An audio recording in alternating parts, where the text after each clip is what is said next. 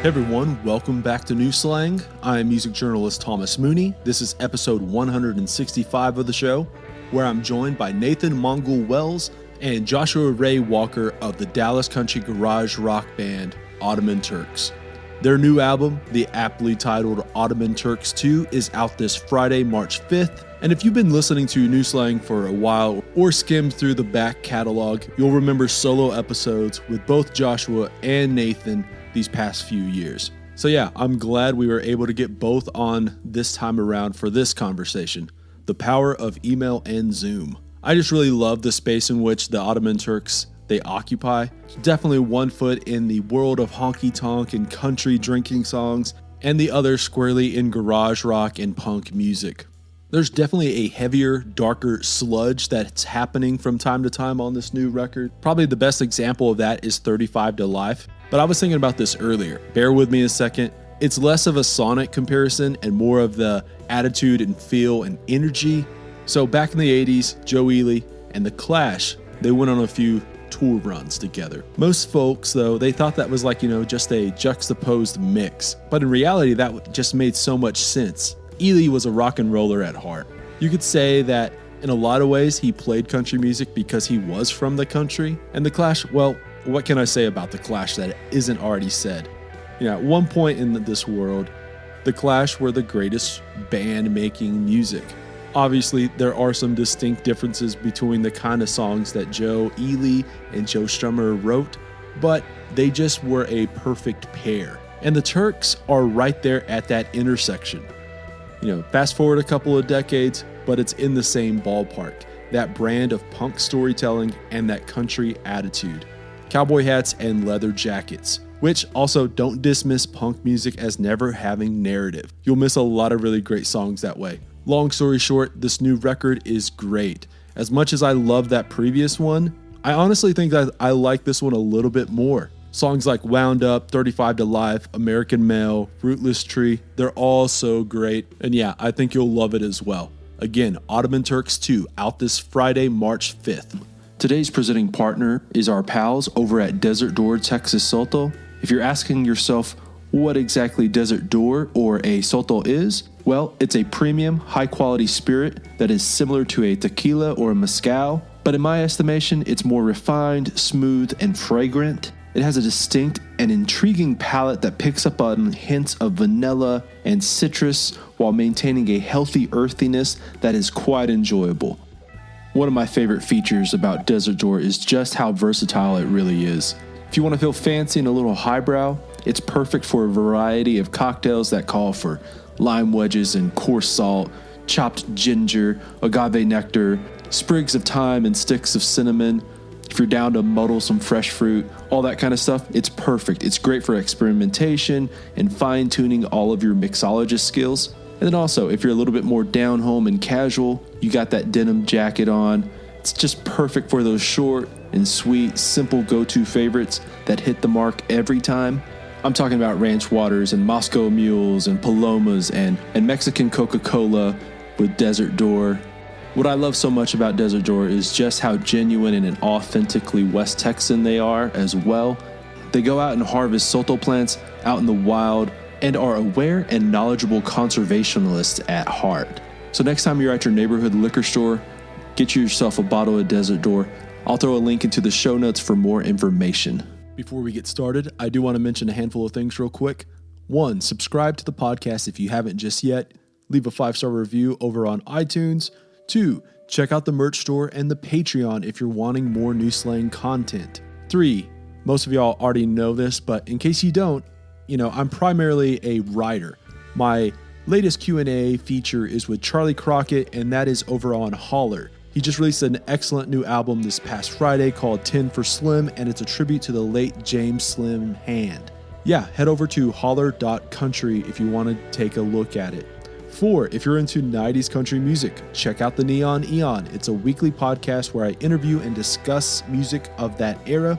Previous guests have been folks like Clay Walker and Pam Tillis, and this week's episode, it will be with Sarah Evans. All the links, they will be in the show notes. I should note something really quick. This episode is nearly 2 hours long.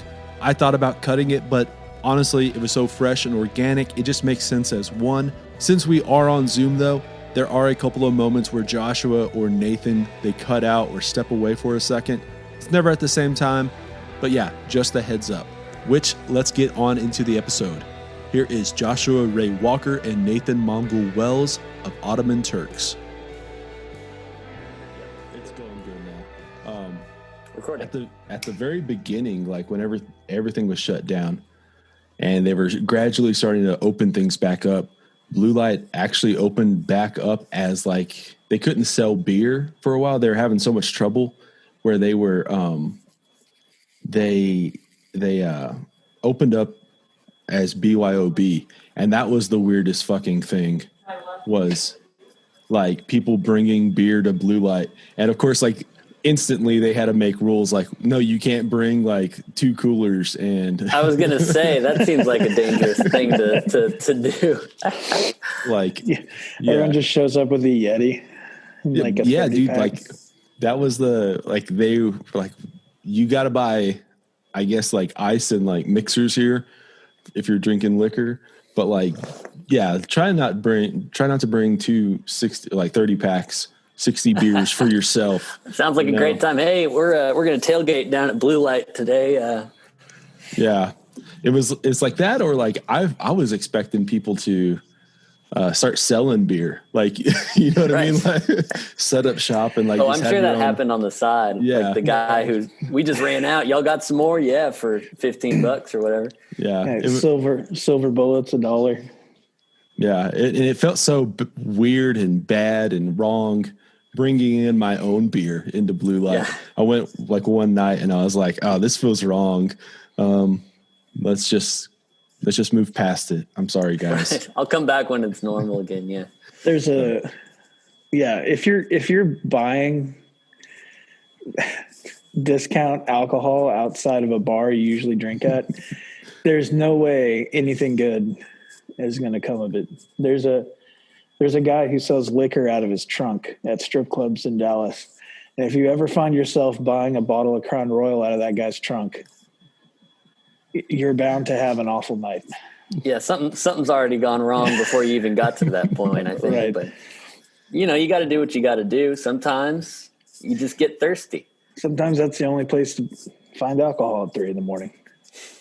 I feel like that's not even like one mistake that led you down that road. Series. There's like at least 9 mistakes led to you being in that parking lot at that moment. Yeah. That's sure. The like when the movie is like playing and like it's this incredible action scene and then it does that freeze frame and it's like, you're probably wondering how I got here. Right. That's like that moment right there. And then we learn why.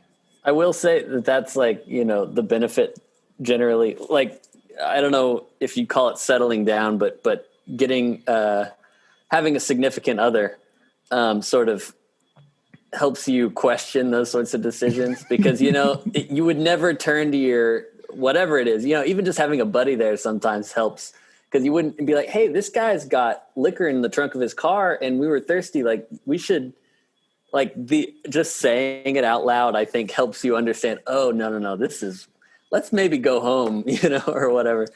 Significant others definitely help you sort of navigate some of those troubled waters. Oh, for sure. By saying no, being like, what, are you an idiot? Like, that's true. I haven't eaten a hot dog from a strip club buffet in years because of that. So yeah, things like that. My life is on the right path again. Yeah. That being said, I mean, Ottoman Turks drummer Paul Anoho, he sort of thrives, I think, on 7-Eleven hot dogs. That's a regular meal. And he just got engaged. So I think she enables him in that degree. Maybe we need to talk to her about that, and then she'll talk to him, and I don't know, see what we can do.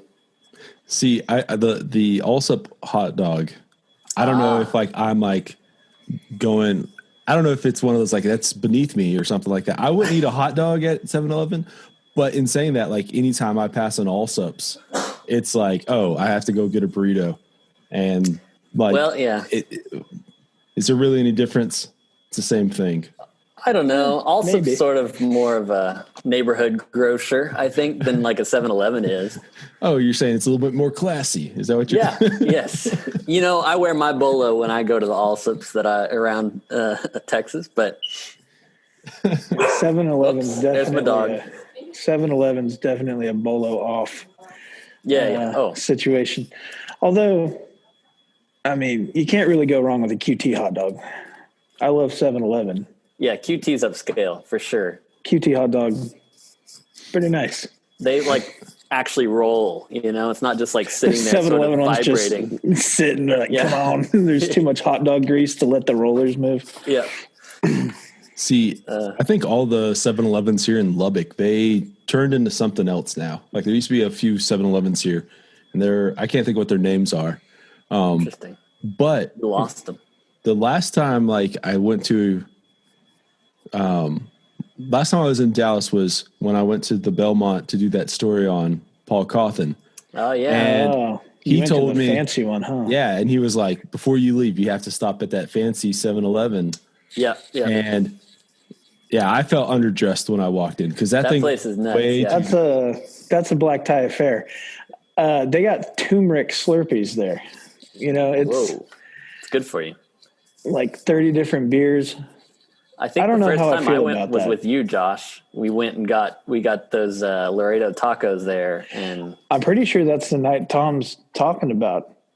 oh, you're right, because that was Paul was playing at Belmont. Yeah, Yeah, well, we all ended up at the same 7-Eleven. We all ended up at the same 7-Eleven.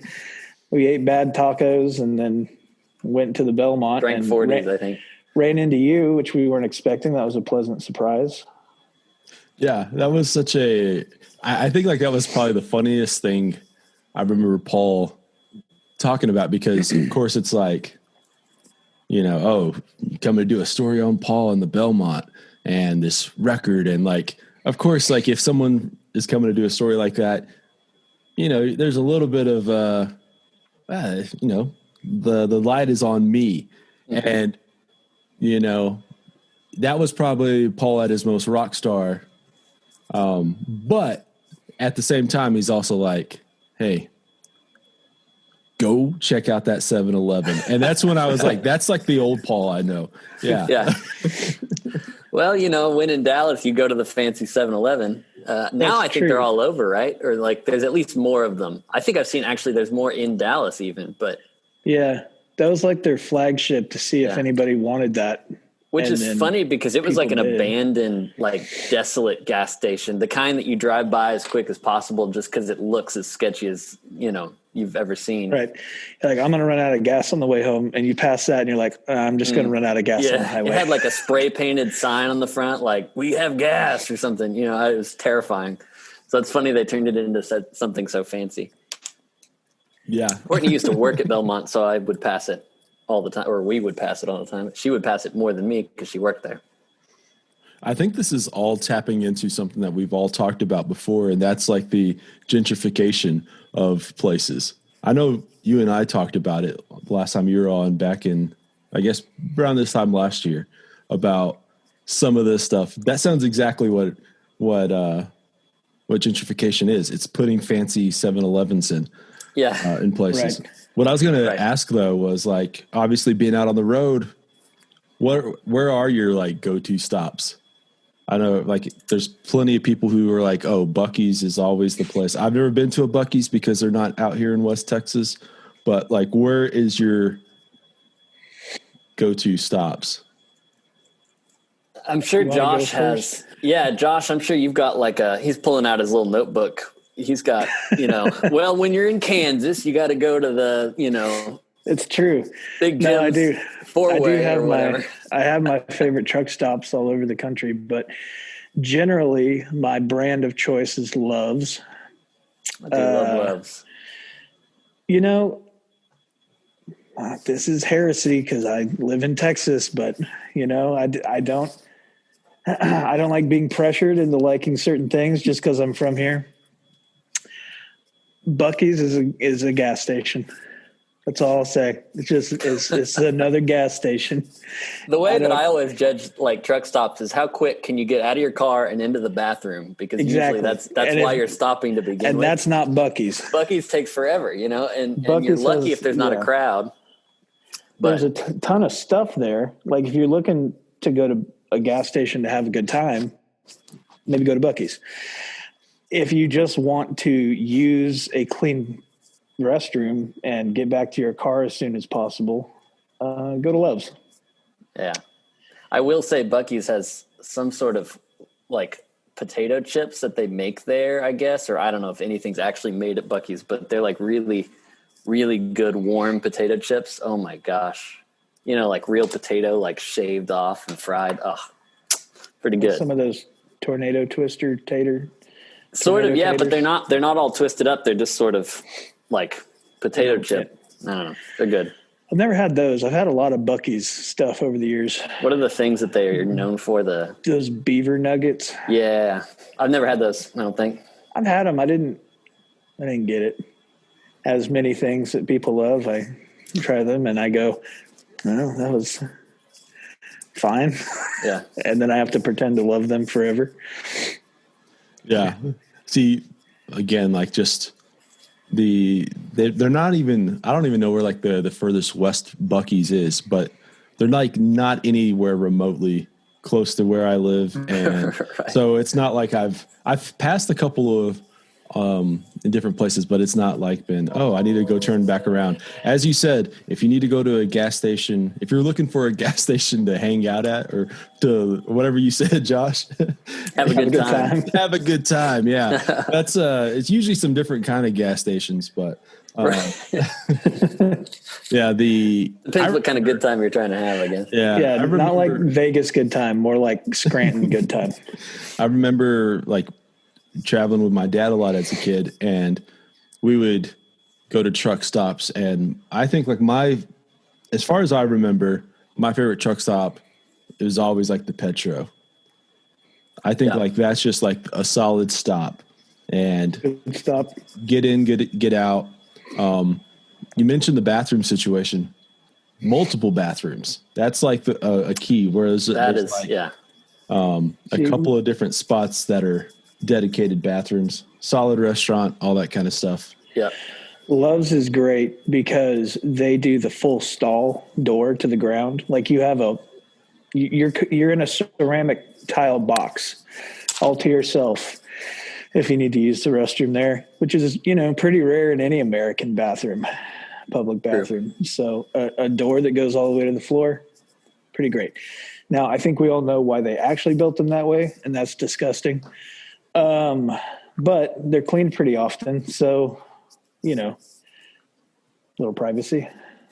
I've had to change in many a bathroom, on the way to shows. Like you hurry out of the hotel in the morning and then, you're running late for sound check and you're not going to have anywhere to change at the venue. So you got to run into a gas station and get gas, use the bathroom, put on show clothes, get back out to the car.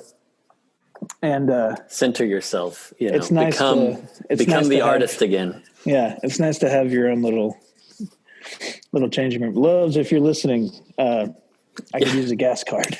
Right. Well, I think probably any place that advertises like CB products in the bathroom is exactly is a good deal, because those truckers, they actually have to travel, so. They're looking for bathrooms and they're looking for some privacy and they're looking to maybe change some clothes and all that stuff. Yeah, the CB stuff, man. That's true. So my dad was go ahead. My dad was a long haul trucker for a long time, and he always told me if you're looking for somewhere to stop, just look for the place with the most trucks. And a lot of times that's Love's, or there's one weird, like Nathan said, the 4.8 Shamrock Chicago 69, whatever, 400 Klein's Corners and stuff. Yeah. 400 acre megaplex or whatever. Those places are always awesome, where you stop with the CB shop and there's a Native American trading post and all the different and there's stuff. like a whole semi-rig like showroom where you can look at every chromed part you could ever get on a semi. Those are sweet. This episode of New Slang is brought to you by the Blue Light Live here in Lubbock, Texas.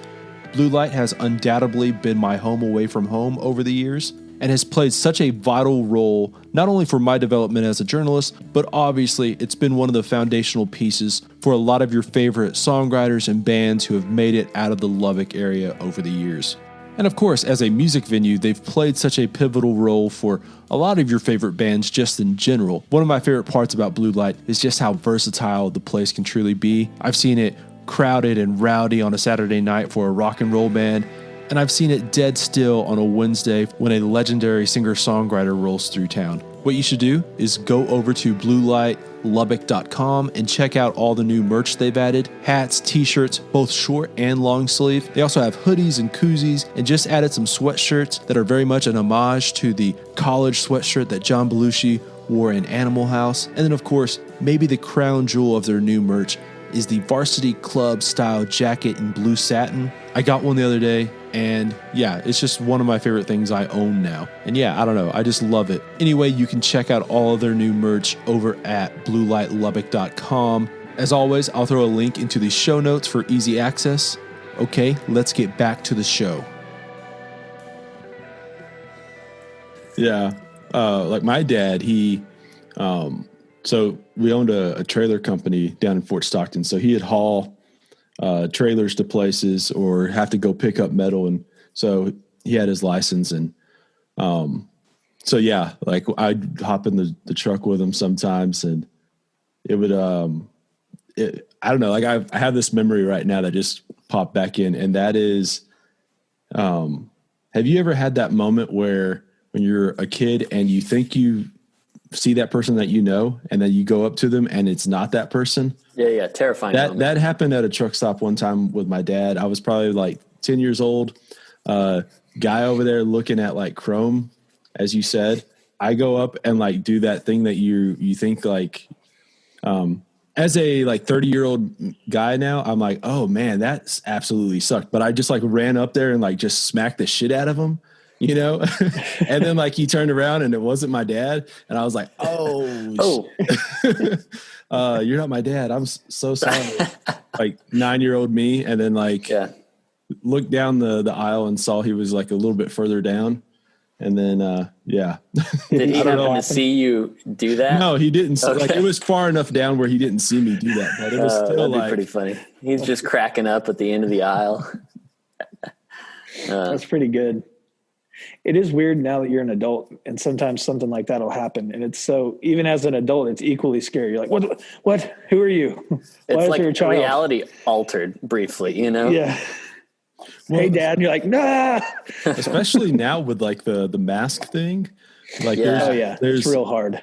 I was at a liquor store that one of my buddies works at here in town. And I hadn't seen him in like 4 or 5 months, and we're both in there and I think I see him, but I'm also like, I'm not sure if that's him. There's a bunch of people in there. I have my mask on. He has his mask on. And it was one of those like, yeah, Thomas. Right. Hey, okay. Yeah. Okay. We know each other. All right. Yeah. I didn't recognize you with, seeing this much of your face and everything. Right. So. There's been several moments throughout this whole pandemic where like, yeah, I feel like it does happen at the liquor store a lot. Maybe just cause that's one of the few places you sort of go and spend a minute or two, but, where you just stare for a minute and you're like, if it doesn't turn out to be them, it's already weird enough. Cause I've stared at them for far longer than I should be, but you can't tell always. I also never realized how much I read lips. I always thought I couldn't read lips, but now I can't understand anything anybody's saying. That's what I was going to say. That's been the hardest thing. Is like, I guess my whole life, I was just watching people's mouths move because I can't hear anything. And putting two and two together. Yeah. Yeah. It's real weird.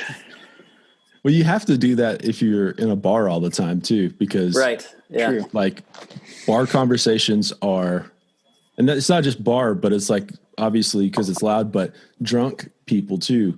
So you guys probably get a lot more than I ever do, but I still am like, Oh yeah, yeah, yeah. Yeah, you get about 60% of it, and you sort of just put the rest of it together. Yeah, you have to like make up the rest of the story.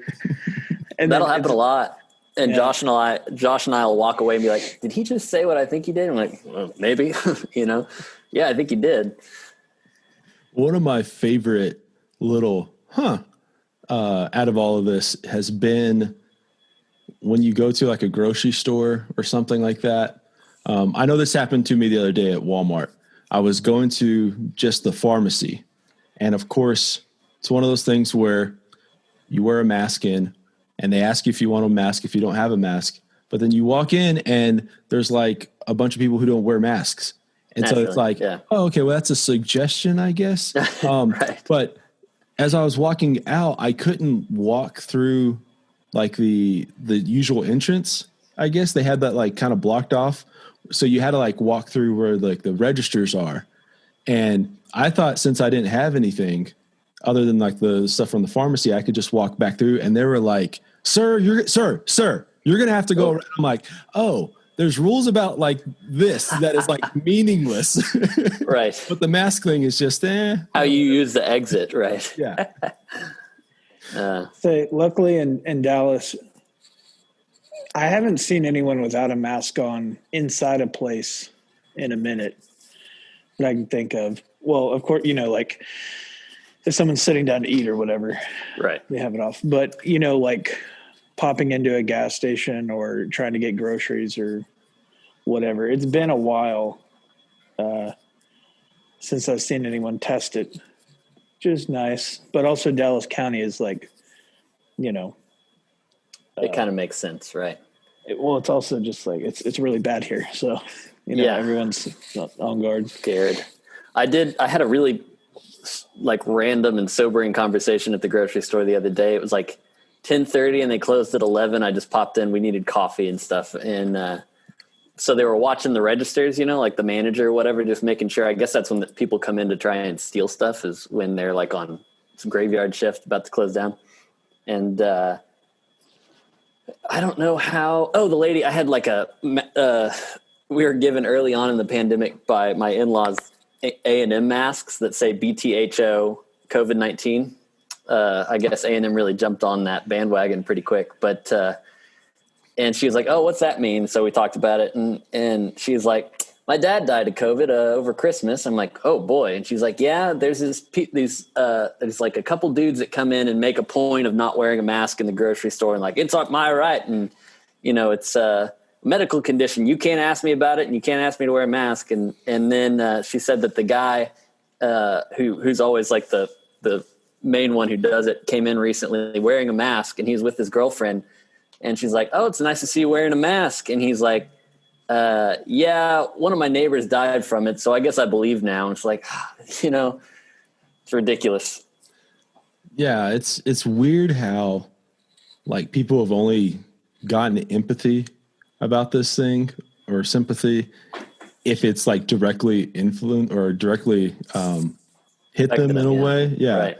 Affected them. And I find that incredibly sad. Yeah, basically, yeah. It's had me bummed out that's been my biggest issue this whole time, is just kind of disbelief at how little everyone cares about each other.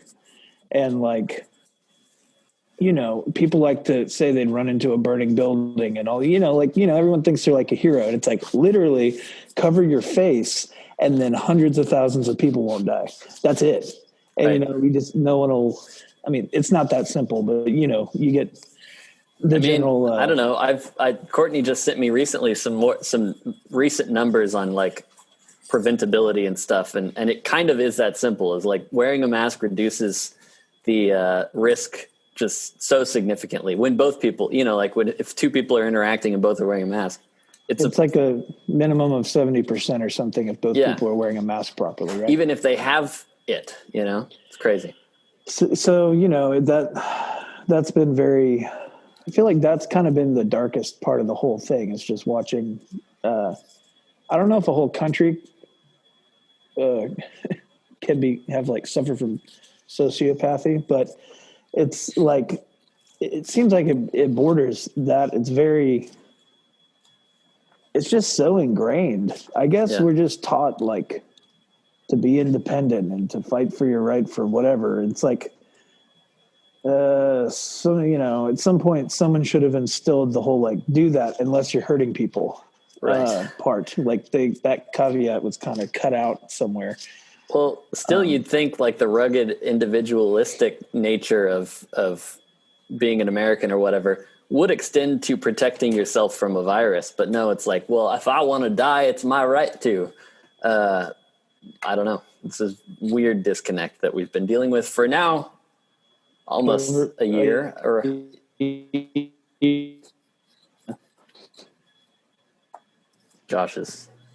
you froze up a little bit. Sorry. I wasn't saying anything. I just said a year. Yeah, well, it's like that disconnect is, I think it's something where the country is very much that way, but like, I don't know if it's just because we're in Texas and there's like that Texas that could be individual spirit as well, as far as don't mess with Texas. If they had thrown that on, maybe we would have, but I don't know. Yeah. It's that, it's the, I wonder how much though, if someone was just stern from the get-go, or like had presented it in that, like, what I thought would have been actually a pretty good campaign had been back in like World War II, they did like the above, like the mirrors. Like, I can't remember exactly what it was, but it was something like only like this person can save like an American life or something like that. I can't remember exactly what it was, but it was about like basically telling secrets because you didn't know who was like a German spy or something like that. Loose lips sink ships. Yeah, there you go. Yeah, loose lips sink ships. And I think like it's clearly like it was pointing at you, at yourself. And so had there been something like that, I feel like that may have been a great way to frame it because, I mean, yeah. There definitely wasn't enough. There wasn't we didn't even have a plan in place to get like the infrastructure right. So there definitely wasn't a good branding team on top of the pandemic, but you definitely could have gotten these people who feel like they have a right to do whatever they want to feel empowered by helping each other if it had been presented in the right way. You know, don't mess with Texas, or COVID can't mess with Texas if we band together, whatever, you know, like if you had just like wrapped it up and put a bow on it, we could turn back time. You know, people get Joshua Ray Walker on there singing, don't let COVID mess with Texas. And you know, I mean, you're right. But unfortunately to have that in place, we would have probably had to have a bunch of other stuff in place. Like, all the things that scientists told us to have because there was going to be a virus like this and we didn't plan for it for a decade. Yeah. It's, I don't know. What I find so weird about it too is you always think like, I guess like if you're dealing with like the Hells Angels, what is it? Like they're like a 2%er, right? So like they're 1% or a 1%er. There you go. Yeah.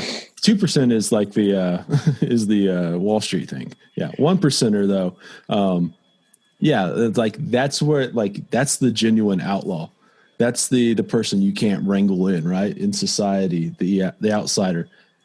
And yet like this, like non-wearing mask stuff, like people are like acting like that's what makes them an outlaw. Or like, right.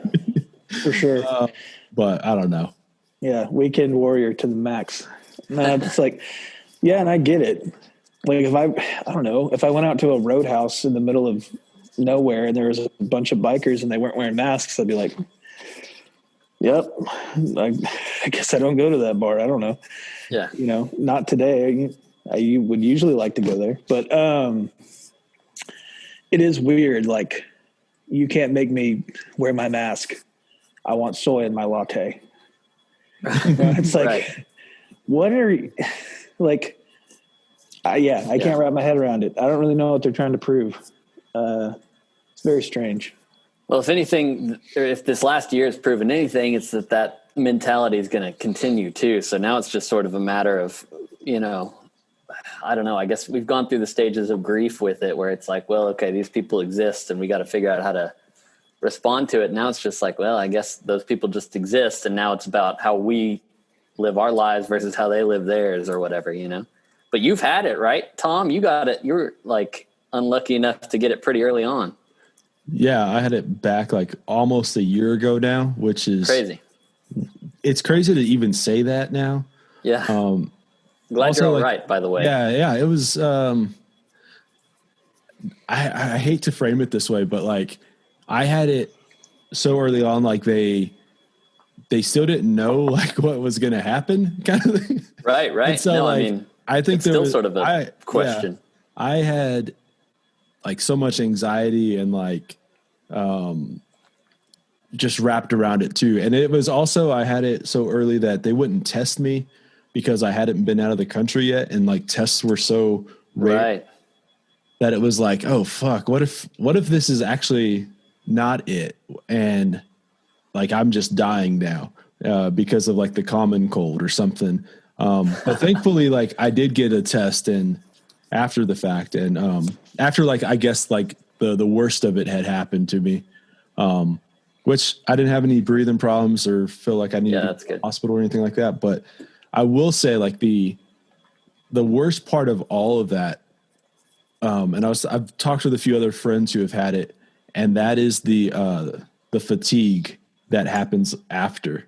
Right. I was just so fucking tired, like the entire time, and for like 2 weeks after, just kind of drained and just not myself. That sounds awful and hard to deal with, especially once you're like over it, but you have to go back to normal life and like doing things, but then you've got these lingering effects. I've got one of my good friends got it, unfortunately, and she had I mean, I don't know that she had breathing problems or like, obviously she didn't go to the hospital or anything, but she was pretty sick. And then, but she's a counselor. So, you know, that's a pretty like high, you know, there's a lot of emotions involved and had to go like start taking clients back because her clients need her, you know, as much as she needs like the job, and trying to deal with the after effects of COVID. I was just like, I don't know. I really felt for her and, you know, and again, then the guy walks into the grocery store without a mask and you're like, man, you know, like, come on. Yeah. Even if it doesn't kill you or send you to the hospital, like there's meaningful reasons to try and suppress it, you know? Yeah. I think that, I've talked to a couple of buddies about this too. One of my buddies here in Lubbock, he actually, has his like doctorate in public health and he's like a professor here. And we've talked about how, you know, obviously clearly this is going to be like kids who are like young during this time are going to be affected by this immensely. But I think also like a little part of me, when you would walk into a store and see someone not wearing a mask, I think this feeling has kind of faded away because of just how many people you see not doing it. And it kind of just, you get used to it, I guess. But early on, especially when I would see people on Facebook or on Instagram or Twitter talk about it, when they were kind of like just saying it was the common cold or like, you know, the government made it, like the Chinese made it and stuff like that. Yeah. These conspiracy theories, I would just like, it kind of like just, is like these little, like I don't want to like frame it as depression, but I want to like kind of like have it as that it's attached to that. Like it was kind of like defeating like all these little rocks piled on. You're like, oh, well, these people like that, you know, or kind of know, like, don't think that like what you had was real or like as bad as you thought it was. And yeah, like that's, I can only imagine as Josh said earlier, like, it's just sad. Like that's the part, like I felt more than anything else. I was like, oh, this is a bummer. Yeah. You'll be scrolling through like a feed or whatever. And you'll see a friend and they'll make a post and you just, this like weight of disappointment sort of settles on you. Like, oh, like, you know, you've bought into this whole thing. And I'm sure it's only compounded when it has, I mean, Josh and I have been lucky enough to, I guess, avoid it somehow this whole time, and I'll knock on wood. Me too. But it's like, Nathan and I kind of agreed pretty early on in COVID, once we realized that it was a real issue that was going to be around and whatever, because there was so much false information spread about it in the first few weeks, like in the end of February, early March, where we're kind of like, do we care about it? Is it N1H1? Is it the swine flu? It was hard to put your finger on it at first because like so little was known, and then it became clear pretty quickly. And Nathan and I and Courtney and kind of our whole little music making bubble, kind of without even talking about it, all formed very similar kind of guidelines we were going to, approach this with. So like we've been able to stay productive and see each other occasionally and, in some ways around in a backyard or that's helped, whatever. So like, I do feel bad for the folks like further up north. I mean, even y'all, or like as close as Oklahoma, who get much colder weather for much longer stretches of time. Because we got, backyard weather for a fairly decent amount of time and could see friends. We were very obviously, like he's saying, selective about it, but there was a way for us to all sit, far away from each other, but actually see somebody in person. But can you imagine living in North Dakota where you haven't been able to go outside without, freezing to death for 6 months now or whatever? No way. I couldn't do it. This episode is brought to you by Wild Gallery. Based in Austin, Texas, Wild Gallery is Austin's only art gallery featuring Native American art. Head on over to wyld.gallery to see their vast array of traditional and contemporary art by Native American artists. Currently, they are a virtual gallery. You can still make appointments on their website if you're wanting to purchase a specific painting in person. But of course, the beauty of them being virtual is that you're able to see and buy from your home without trekking all the way to Austin. While New Slang definitely focuses on music, I always love speaking with songwriters about those other mediums that they explore.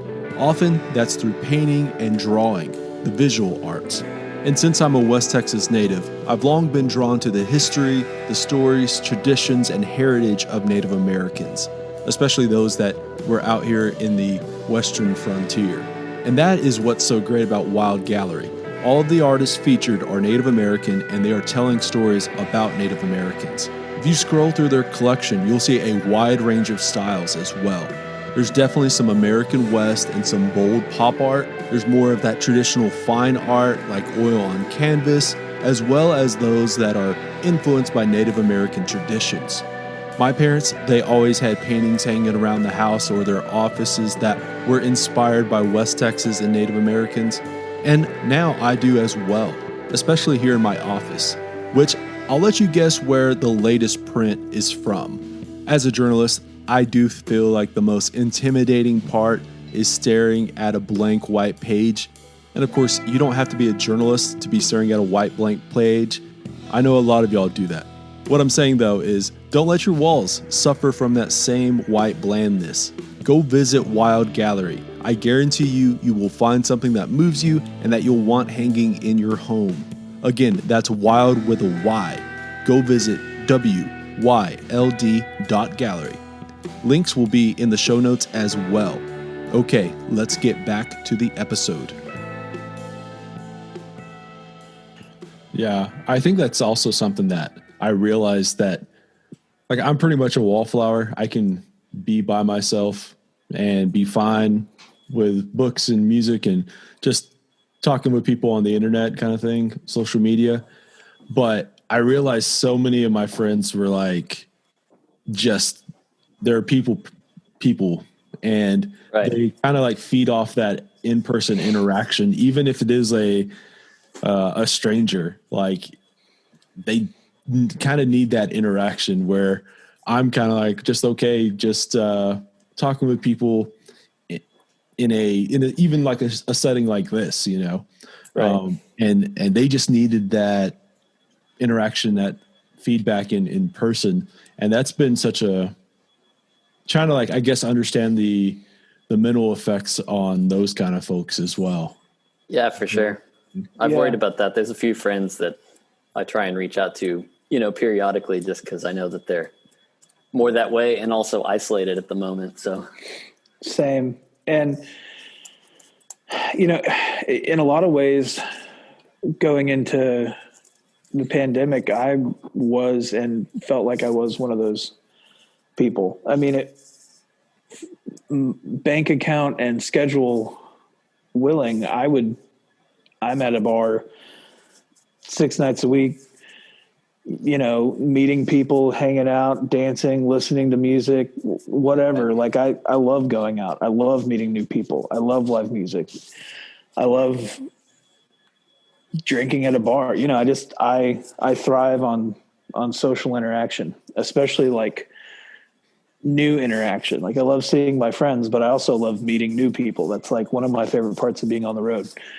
So for me, when this first started, I was like, "Whoa, no, what am I going to do?" And, you know, maybe I just got lucky or whatever, but I feel like when you put it all into perspective, it's pretty easy to just stay home. yeah, And so I've had a hard time sympathizing with people who are like, "Man, I just got to get out. I got to, you know, whatever." It's like, do you? Because like I'm all for a good time all the time. Like it's hard to get me to go home if there isn't a really good reason to go there. So I've had a hard time sympathizing, except for with people who like live alone and are you know, actually isolated. That would be very, very hard. And I'm sympathetic for those people, but otherwise it's just kind of like, well, I will say our producer, just both for Turks and for Josh, John Pedigo, I think is very much a sort of people person. Not to speak for him, but he's also a guy that sort of thrives out there talking to people and, you know, shooting the shit. There's your cuss word. Sorry, Grandma. But he's also taking this all very seriously. And we had a chance at one point. Actually, it was Josh. Your dad's wake and also your birthday celebration combined. what a combo. Yes. We found a place, or Josh found a place. It's this local place around here, Intrinsic Barbecue, really great barbecue. Everybody go up in Garland, and they've got this outdoor space that we were able to all kind of congregate. I remember Pedigo, I talked to him the next day. He's like, I didn't realize like how much I missed it. That like refilled my soul or something. And he like just had this like skip in his step the next day because he was able to be around people. And I mean, I think, I don't know, I sort of am that way myself. But yeah, like you say, it's also easy to choose health and safety of others. But I really look forward to the day. Like we can go to a show again. Would be nice. You know, all the things. Yeah. That- Go ahead, Josh. Oh, nothing. Just that birthday wake combo, the twofer, as they say. What a twofer. was I think we had like 18 people on like a There was 80, music. He had a performer. 80 like an 80 cap patio, and like one of the guys on State Fair Records, Paul Slavens, does this great song generator thing, and I had a margarita machine. I was just like, I want all my favorite things. My dad had just died. He died like 6 days before my birthday, and I was turning 30 during a pandemic living in a hotel. It was literally like It's okay, baby. Oh no, the worst, you know, thing, like getting moved out of your house, having your dad die, living in a hotel, turning 30, pandemic. It was like the worst, just sandwich of things all in 1 week. And I was like, I can't do it. I got to see people. So that was my selfish moment of the pandemic. But I will say we were able to keep it, you know, as safe as possible. Everybody masked. Well, there was one guy playing music We had pre-packaged barbecue and a margarita machine that had sanitizer everywhere. And it was so much work to make it like as safe as it was. And still coming out of it, I was like, I don't know if I needed to do that. Like, probably could have not done that. But I was about as great as it could be. The highlight of my, if your dad's funeral can be the highlight of the pandemic, that kind of shines a light on just how much I miss people. Mm-hmm. But yeah, where were we headed? I don't know about that. This episode of New Slang is brought to you by Hot Damn Coffee. Rolling in from the hills of eastern Tennessee is Hot Damn Coffee. It's a down-home company that roasts single-origin, high-quality coffees from around the world. Their year-round roasts come from certified farms in Ethiopia, Tanzania, and Nicaragua. Check out the Hot Damn website over at hotdamn.coffee. There you can find more info on their operation and roasting process and some helpful tips on how to brew the best cup of coffee. They've certainly made my mornings that much better. And to be perfectly honest, I enjoy a nice cup of coffee at all hours of the day. Some of my favorites have been the Tanzanian pea berry in medium roast and the medium roast of Nicaraguan with the honey process. While there, check out their Hot Damn Coffee Club, which is a monthly subscription service. With the holiday season coming upon us, it's just really kind of the perfect gift. I don't care how difficult or easy a person is to shop for, they'll always be good with items like high quality coffee. And of course, right now, if you throw in the promo code SLANG in all caps, that's SLANG, you'll get 20% off your order. And if you're signing up for the Coffee Club subscription service, they'll take 20% off that first month and also throw in a bonus 8-ounce bag of their Nicaraguan coffee. Again, that's SLANG in all caps. Head over to hotdamn.coffee and sign up today. All right, let's get back to the episode. What is it like, obviously, pushing records during this time? How has that changed? Because Josh, you released that solo record like right as all this is started up, and y'all are releasing this Ottoman Turks record, hopefully as it's kind of winding down. Right. Fingers crossed, knock on wood. Yeah. What's it been like to, have to kind of push records in ways that are not connected to playing live shows? Tough. Hard. To sum it up. Yeah. The thing I like about it, if there's a silver lining, is that it forces you to get creative about the whole thing. And so you have to come up with, I don't know, Turks has always been a band. I mean, partially just because, Josh is on the road all the time, and in a normal year, we've always had to find creative ways to rep ourselves and just playing good, like really good specific shows and stuff like that. And so we've tried to roll with the punches in the same way in regards to all this. And there's opportunities to, I don't know, just try and find new ways to make what you do matter to people. But yeah, Josh also has many thoughts, I'm sure. Josh is good at doubling down and getting creative too. I love coming up with interesting ways to promote stuff. Maybe in another life, I'll get to promote other people's music or, create small companies or something. I don't know. But it's been really hard. The first couple months of the pandemic, as Nathan knows as well, was all just planning and replanning and replanning and replanning and replanning, because like the rules kept changing, and what we knew about the virus kept changing. Just everything kept changing. Everything was liquid, and I wish I had just had the foresight, which there was no way to say, okay, the next 3 months are a wash. Just work on other stuff, write or do something.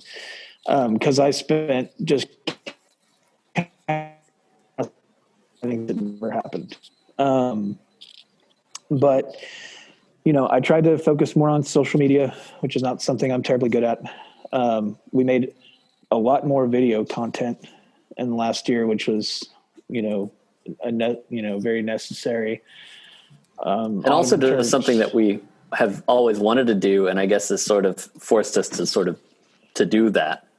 Right. But and there's more stuff coming out now. Like we just put out a video today for our new single, Wound Up.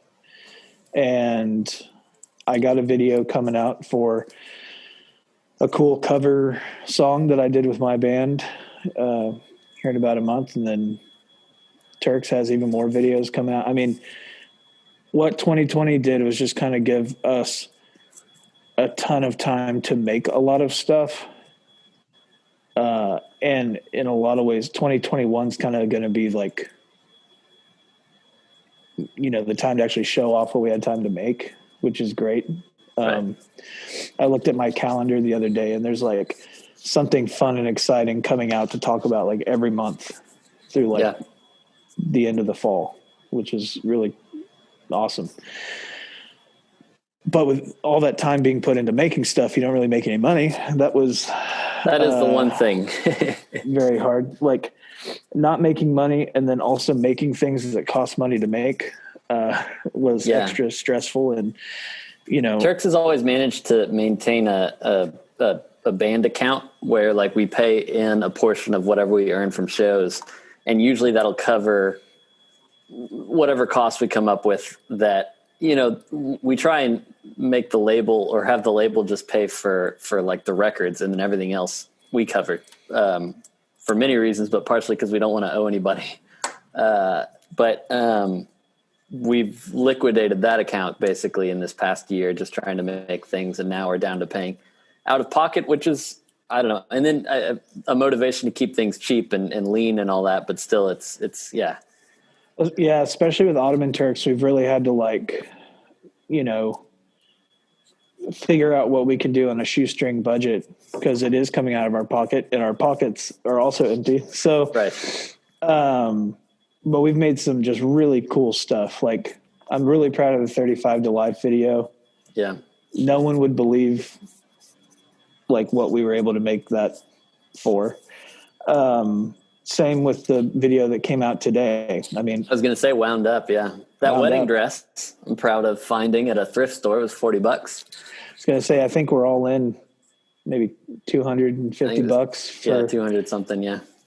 For the video that came out today. And I would, I'm proud of that. Making something cool is awesome. Making a lot of that is due to John Pettigo, actually, our producer, also directed the video.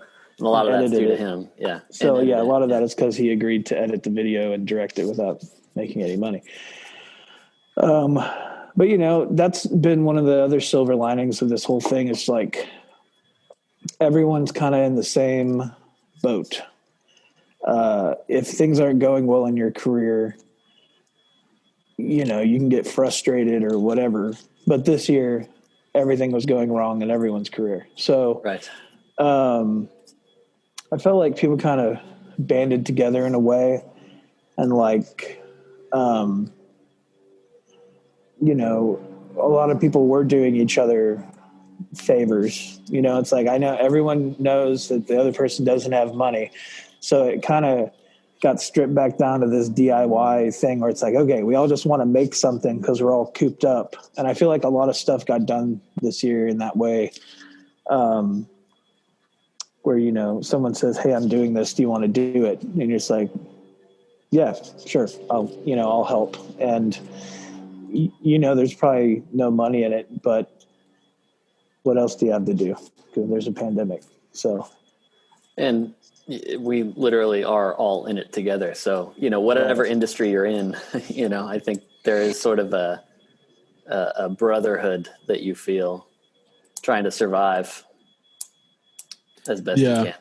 Those, I was going to bring up the music videos because they remind me of like when music videos were on TV, clearly, because there's actually like a narrative within them, a storyline, and they felt really all practical. You know what I mean? Like obviously you guys didn't bring in Michael Bay or like James That's the Cameron next to one. like do like special effects. But like, yeah, it was all like, to me, it looked like all practical effect kind of stuff, Right. especially on that 35 to life. So where did like those ideas come from as far as like, okay, yeah, let's make a music video, but it has to be clearly like the length of the song. What can we Well, do in that mix? I will say that I think our ideas definitely reached far beyond the length of the song and our budget and our talent and all of that. But Josh came up, I think, with the idea of doing the slasher video for 35 to Life, based on the, lyrical contents of the song, which are literally about JFK coming to life and taking over Dallas sort of in retribution for his assassination. But, light, airy stuff. But then also, Josh, maybe, I don't know if you wanting to make a slasher video coincided with the fact that you also knew a couple special effects artists. But that was like, it was Danny Nguyen and Sydney Peralta were the SFX artists on that. And they're just like some people that Josh knew from sort of around town. Yeah, I mean, I've always had a fascination with horror movies and gore, and like less about the plot and the movie, and like that never got me. It was always the practical effects that I loved, especially in the low budget stuff. And I met Danny, who I think goes by Danny Dahmer when he's doing effects stuff. Right. He, I'd seen his work before, and he had done some stuff with friends. And it was actually our director, Jace, that came up with the slasher idea. My original idea for the movie was actually like an undead thing, where like That's JFK right. is Yeah. undead, and there was going to be a Jackie, and the whole thing. And then literally the day after I brought that idea up in the studio, Jace texted Nathan and I and said, "Hey guys, I have a treatment for a slasher video. Are you interested?" And we were like, "Oh yeah, we were just talking about doing a zombie movie. That's basically the same thing." And so he came in from Nashville and rented some gear and a car and came and shot the video. And I finally got to ask Danny to do some special effects, and he brought along his friend Squid, and she was amazing. And the practical effects in the video are just like above and beyond anything I could have hoped for in the budget and the time. And what was it, 2 days, I think, that we shot that? And the ignorance that we came into it with, because we don't know how to shoot a music video. So we're like, oh, silicone molds, should we have like started those already or what? Like, right. It's like everything was done out of order, and everything took 10 times longer because we're dumb. And Danny and Squid were super professional. So but yeah, what they made was crazy. Like the throat slitting scene with the blood spray, like one of my favorite parts. Yeah. Danny made that piece, like custom made that piece to spray like that. And you don't get to see much of it, but he made a whole fake cranium and like hair and flesh piece and silicone brain matter for my head. When Josh gets hit smacked with the wrench, wrench, pneumatic thing, like exploded the pieces everywhere. We took out a little bit of the gore. Oops, my phone was ringing. We took out a little bit of the gore because it was like, we probably would have had to put up like more warning. Like, there's a viewer discretion is advised, but we wanted, There was a moment where we were showing it to loved ones, and they were like, "This is horrible. Like, don't don't put this out in public." My mom just hated I had contacts that were provided by Danny and Squid, and my mom hated that because it freaked her out. Because I'd like just turn to look at her, and she'd be like, "Ah." Yeah, there were some really graphic scenes that got narrowed down We're going to put out the red band version, whatever, the X-rated version. I'm thinking about it. Yeah. I wasn't thinking about it while we were making it, but looking back at like some of the shots, I'm like, oh yeah, that's like way gorier than what you'd see in a mainstream horror movie. Like really detailed brain matter and like skull shards and, R-rated and less PG-13, which I think is what most people are more used to. And so even The Ring and all that, right, is like sort of, I don't know. Right. So like we just had no way of, since we were going to put it on social media, we had no way to like regulate who was going to see it. So we had to tame it down a little bit. But yeah, one day that'd be cool. We should just like put together all the crazy gore. Right. The neck slitting scene is so gross. There's like one angle where it actually looks like, have you ever like dressed a deer before? I have not. Tom, have you ever had to dress a deer? You know that like fatty layer? Yeah. You get through, like if you kill a deer when it's cold out, they get that fat around the neck. Well, like it looked like that. It was like kind of yellow and gelatinous. And like, I watched it and I was like, whoa, like that looks too real. So, we couldn't really use that.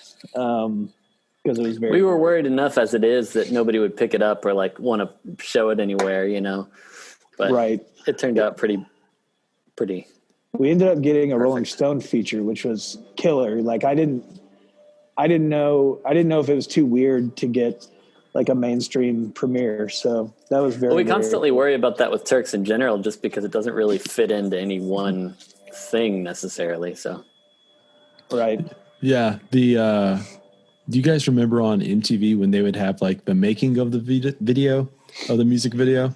Uh-huh. Or like, it feels like at some point during like the 80s or 90s, the film crew making the film, but then there was always the film crew recording the film crew. Right. Yeah. If there's like that version that you guys can put out like in like 10 years, that's the uncut version of like just the making, the scenes, the behind the scenes, all that kind of stuff. Yeah. I would love to show the part where Josh is sitting with his head in his hands. Like, it's just not gory enough. I asked for more blood. I did have so much, I had so much corn syrup in my hair. Oh yeah. It was disgusting. There's a part where I'm on the ground and they had to kind of pour it all over my hair to make it look real. And I got up and my hair was just this matte, like, it was so gross. It took forever to get out. There's also a gross scene where I'm sitting in a chair getting my makeup applied, and like from the front, I'm just eating a corn dog because it had been a long day, and we had to microwave a couple. We had to microwave a couple corn dogs for the shoot because there's a corn dog that makes an appearance in the video. And so I was like, well, I might as well eat it. And I'm sitting there in my chair getting my makeup applied, and like it's me eating a corn dog, smiling, and you pan back and I just have this massive head trauma with like brain showing, which is cool. I can't believe how real they made it look. So if you need special effects work, Squid Sid. And Jace also did a great job directing as well. The corn syrup. Have you guys heard about that girl who kind of went viral the last couple of weeks because she put Gorilla Glue in her hair? Because she did hairspray, and then it like, of course, is Gorilla Glue, so she couldn't wash it out. Yep. Yeah, so that was. I didn't hear about that. What does she have to do? Shave her head or what? No, she can't. It's too hard. She like can't get it off, so it's like screwed up her scalp. I don't know where the story's at now, but it's. I think some episodic. It's weird because I think like some at this point right now, like some LA plastic surgeon's going to help her out. God, they got that. Okay. It turned to like a dome basically, I guess. The part that I am kind of amazed by in all of this is that she got like verified on like Instagram and like Twitter and stuff because if there's a silver lining, like where did she go after this though? Like when she gets it's like, I'm that girl who got Gorilla Glue hair. Yeah. Which is just I don't know. I crack up at like that part that she became verified because that is really funny of that fact right there. Yeah. So obviously, Josh, you just said corn I syrup. I'm still not verified. That's the worst. I was a summer camp counselor. This is going to be like a short little side off here. I was a summer camp counselor, and like I think the worst thing I've had poured on me and on my hair has been like urine. Those well, no, those like big industry size things of like ketchup and stuff. Okay, so I had ketchup thrown on me, and like I hate ketchup. Bad. And any kind of like condiment in bulk. Just like, in bulk basically is like the absolute worst. So Nathan, what's like been the worst thing that you've had thrown on that you've had to wash out of your hair? I have been on a drunken lake trip with some friends. It wasn't just directly. I wasn't just directly peed on, but they sort of did a strafing and some splatter kind of went on. So that is pretty bad. As far as it goes, I don't think anybody, well, I can't say that. Everybody wants something to happen to them. Unwillingly, nobody wants to get peed on. So that's true. That's how unwillingly works. I could say it was my fault though, because I was laying down on the deck outside, but I thought you were sitting under a table. Yeah, laying down. I was under a table outside on a deck. It was a lake house trip, I mean, that's how it goes. Yeah. It was Billy Law, now settled down and with a child, bassist for Ottoman Turks. That was the perpetrator of this crime. Yes. That's hilarious. I always thought it was Tom. No, Tom was also there. Other Tom. Yeah, different Tom. Sorry. That makes it way better that it's Billy, the bassist of Ottoman Turks, in case the listeners don't know. This was probably like 10 years ago, but yeah. That same trip I had some beer. I think maybe it was after that. We're like, I got pee, and then poured some beer in my hair, which actually is really good for your hair. And I had the best like hair week after that. Incredible. And I had to Google it because I'm like, what is going on? And it's a thing. People like mix beer in with their shampoo and stuff because something in it is good for you. But I've never tried it since. I should. Again, that's one of those things you turn to your significant other and like, hey, I'm going to put beer in the shampoo. And they're like, are you though? What if you remember, what kind of beer was it? I mean, it was 100% Natty Light or Keystone. I think that was about all we still drink generally. Miller Lite is where we go if we're fancy now. I was going to say, we've grown up into adult people who drink Miller Lite. Yeah. That's what I was going to say. It's like, my hair has never been nicer after I put in this PBR, or like. Yeah. Well, that's what the hipsters use, but let me tell you, Keystone works just fine. I could pound some Keystone. I haven't had Keystone in a while. Yeah. I think, it's like Natty, sparkling water now. You were a Natty Light guy because I feel like that was just because your name, right? I had to, yeah. That was my original Instagram handle was Natty Light Official, and I feel like I maybe stole that from them. I'm not sure. I feel like that was because you had to, because Natty Light's not actually very good. Never bothered me, but Keystone. Again, a lot of people hate Keystone, but I feel like Keystone is the most drinkable beer just because of its total lack of flavor. On that note, I'll be right back. Just because of its total lack of flavor, I feel like you can go through a lot of Keystone. Speaking of, I have Miller Lite in a cooler like 10 feet from me. It's probably too early to start drinking. Hey, it's probably cold though, at least, right? Because it is cold everywhere in my house. So yeah, all the beverages in my house are cold. Look at it. I think you can see my breath. Maybe the wall's too light. Hold on. Let's see. You see that? No. I believe you though. I can see my breath. It's messed up. You shouldn't be able to see your breath indoors. Yeah. I think like back then, I was mainly like a PBR or like a High Life guy. Of course, like Lone Star is just kind of my go-to now, even though that's not necessarily even any classier. I went through through a long Lone Star phase because I was just like, High Life. I went through a big High Life phase too, and then I realized that if it's not really cold, it's kind of soapy. And then I went through a Rolling Rock phase, and I realized if that's not cold, it kind of tastes like chocolate, which I think might have been pointed out to me by Nathan. I don't know. Is that you? Maybe. One of the guys in the group said it once, and I could never get it out of my head. And forever now, Rolling Rock tastes like chocolate, and I can't drink it anymore.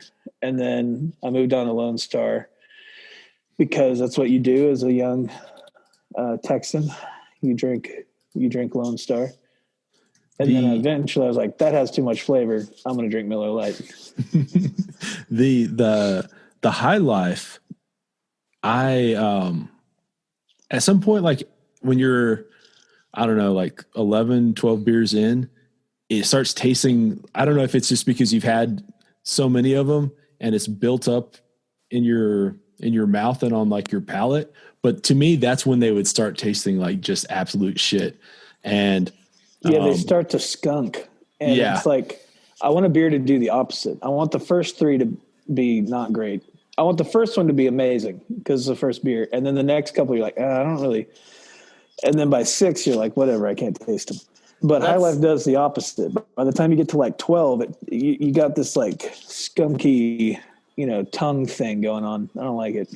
I got to say, that's why I like coming on this podcast, is because where else can you talk about having 10, 11 beers? That's not going to happen on any old radio station or whatever.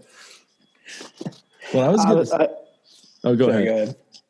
Just that I heard the other day that everybody lies to their doctor about how much they drink. And I didn't know that. I've been in a while, but I've been telling my doctor the truth my whole life, and now I feel like they're probably worried about me if everybody else is lying. Like, do you tell your doctor when he's like, how many alcoholic beverages do you have a week? Do you tell him the truth? Me? Absolutely not. Like, I'm like, you cut it like down in like a quarter or a half or something. That's literally what I heard is like every doctor just multiplies it by 4. Oh, that's all right. I'm glad that they handle it. What I was going to say though is, have you guys had this new Lone Star? That's like this, like, I don't know. It's like a German style, and I got it because I saw it at the store and it had Das Beer on it. So I thought that was kind of funny.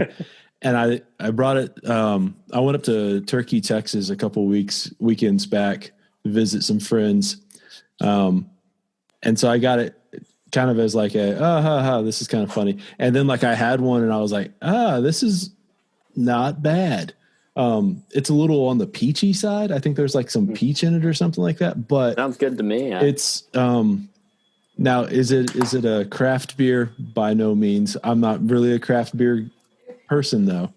So as far as Lone Star goes though, I thought it's a little bit classier. I don't know. Lone Star, if you want to like sponsor New Slang, that would be great. Yes, too. Please. That'd be amazing. I think that's another reason we drank so much Lone Star for a minute is because they were sponsoring our shows. We were playing a lot at the Double Wide in Dallas, and for a while there, it was the Lone Star stage at the Double Wide. So like every time we'd play, they'd have $2 Lone Star. And I'm pretty sure we hold the record for most Lone Stars sold at a show in Dallas. I mean, when it's $2, you pretty much like have to just drink all of it, right? That's sort of how we went into the whole thing. They got to the point where they would stock up on Lone Star when we'd play there because they knew our fans really like to drink, but we're also very poor. Yes. And so one night the bartender, Hernandez, came up to me after the show. Was like, you guys did $900 in $2 Lone Star. And I remember that show too, I think, because that was that the 3-set one where we had the whole night? Yes, and Yeah. we also sold out of some sort of whiskey that was on sale. Right. I remember we did glass bottles in the third set. Oh, Josh, I think it's.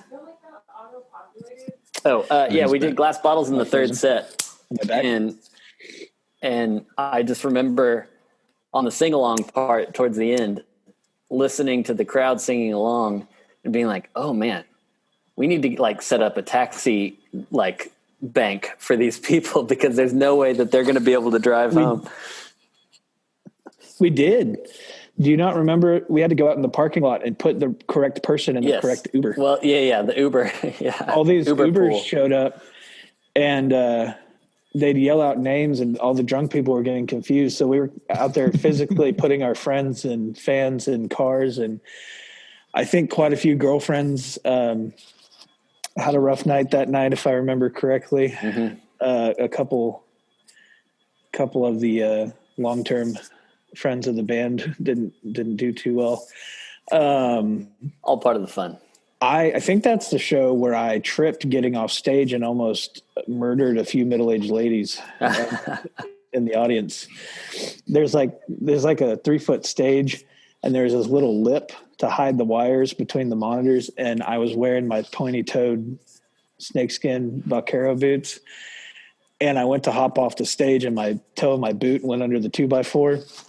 And so I pretty much laid out and then somehow got my other foot under me, but all my weight was like in front of me. And so I had to jog it out, but I jogged it out all the way to the back of the venue and like ran into the bathroom door.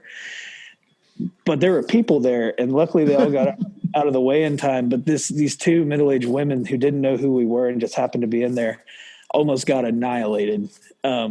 Luckily no one was hurt. We came away from the incident unscathed.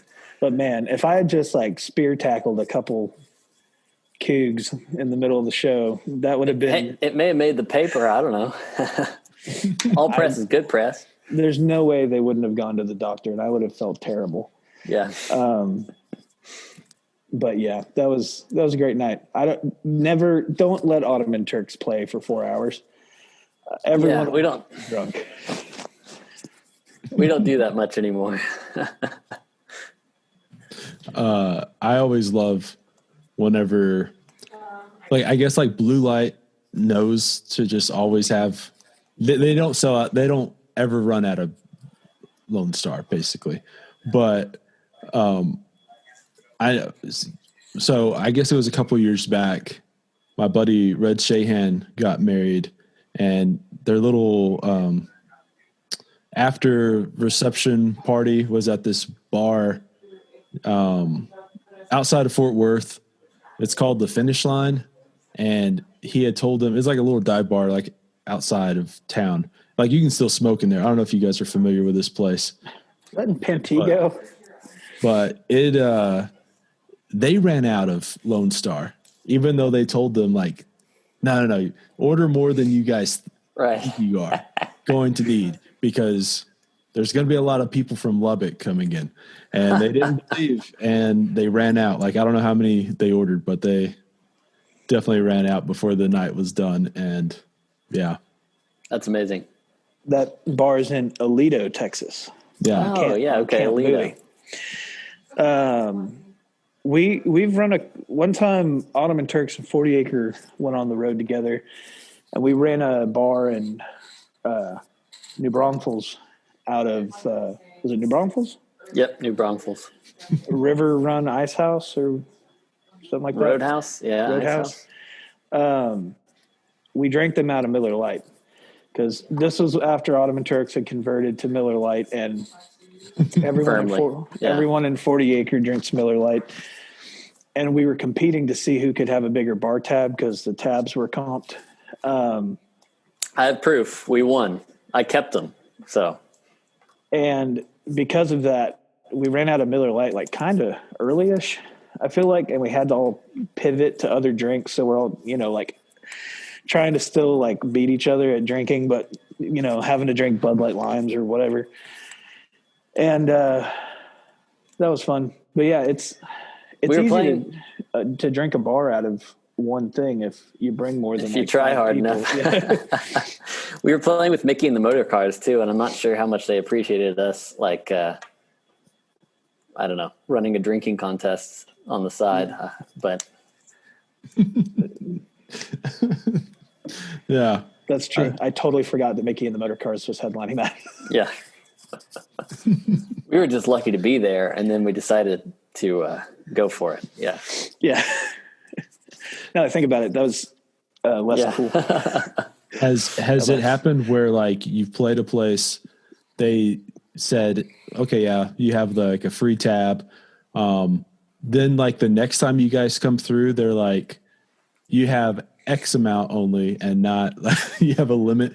Is that happened before? 100%. I don't know if it's ever been our fault necessarily. They always blame it on somebody else, but I think that's happened pretty much every place Ottoman Turks has ever played, but somehow we're never really blamed for it. right. But it does Somebody happen. else must come in after and do like a worse job of, Yeah. Or keeping they're it just together. nice and don't tell us. I don't know. Maybe. There was one place when I went to Norway in 2019, my first only tour over there. I would have had 3 by now, but they keep getting canceled. Rescheduled. Yes, rescheduled. I was playing a border town in Norway called Halden, and it's hard to explain. It's like, I guess, a border town here. Everyone's just a little bit more rough around the edges. Everyone in Norway is super nice and no one commits crimes, and it's very weird and like safe there. But in this one town, it was like the only place anyone like offered me drugs, and I was playing this tiny bar, which is famous in Norway for having singer-songwriters. Like they had Townes Van Zandt, his last trip to Europe, and That's cool. they've had like a bunch of famous Texas country guys come through. And so the guy says, yeah, unlimited tab, whatever. And me and my tour manager, who's like this 6'8" Swedish guy named Daniel Josefsson, we get there really early because it was a short drive.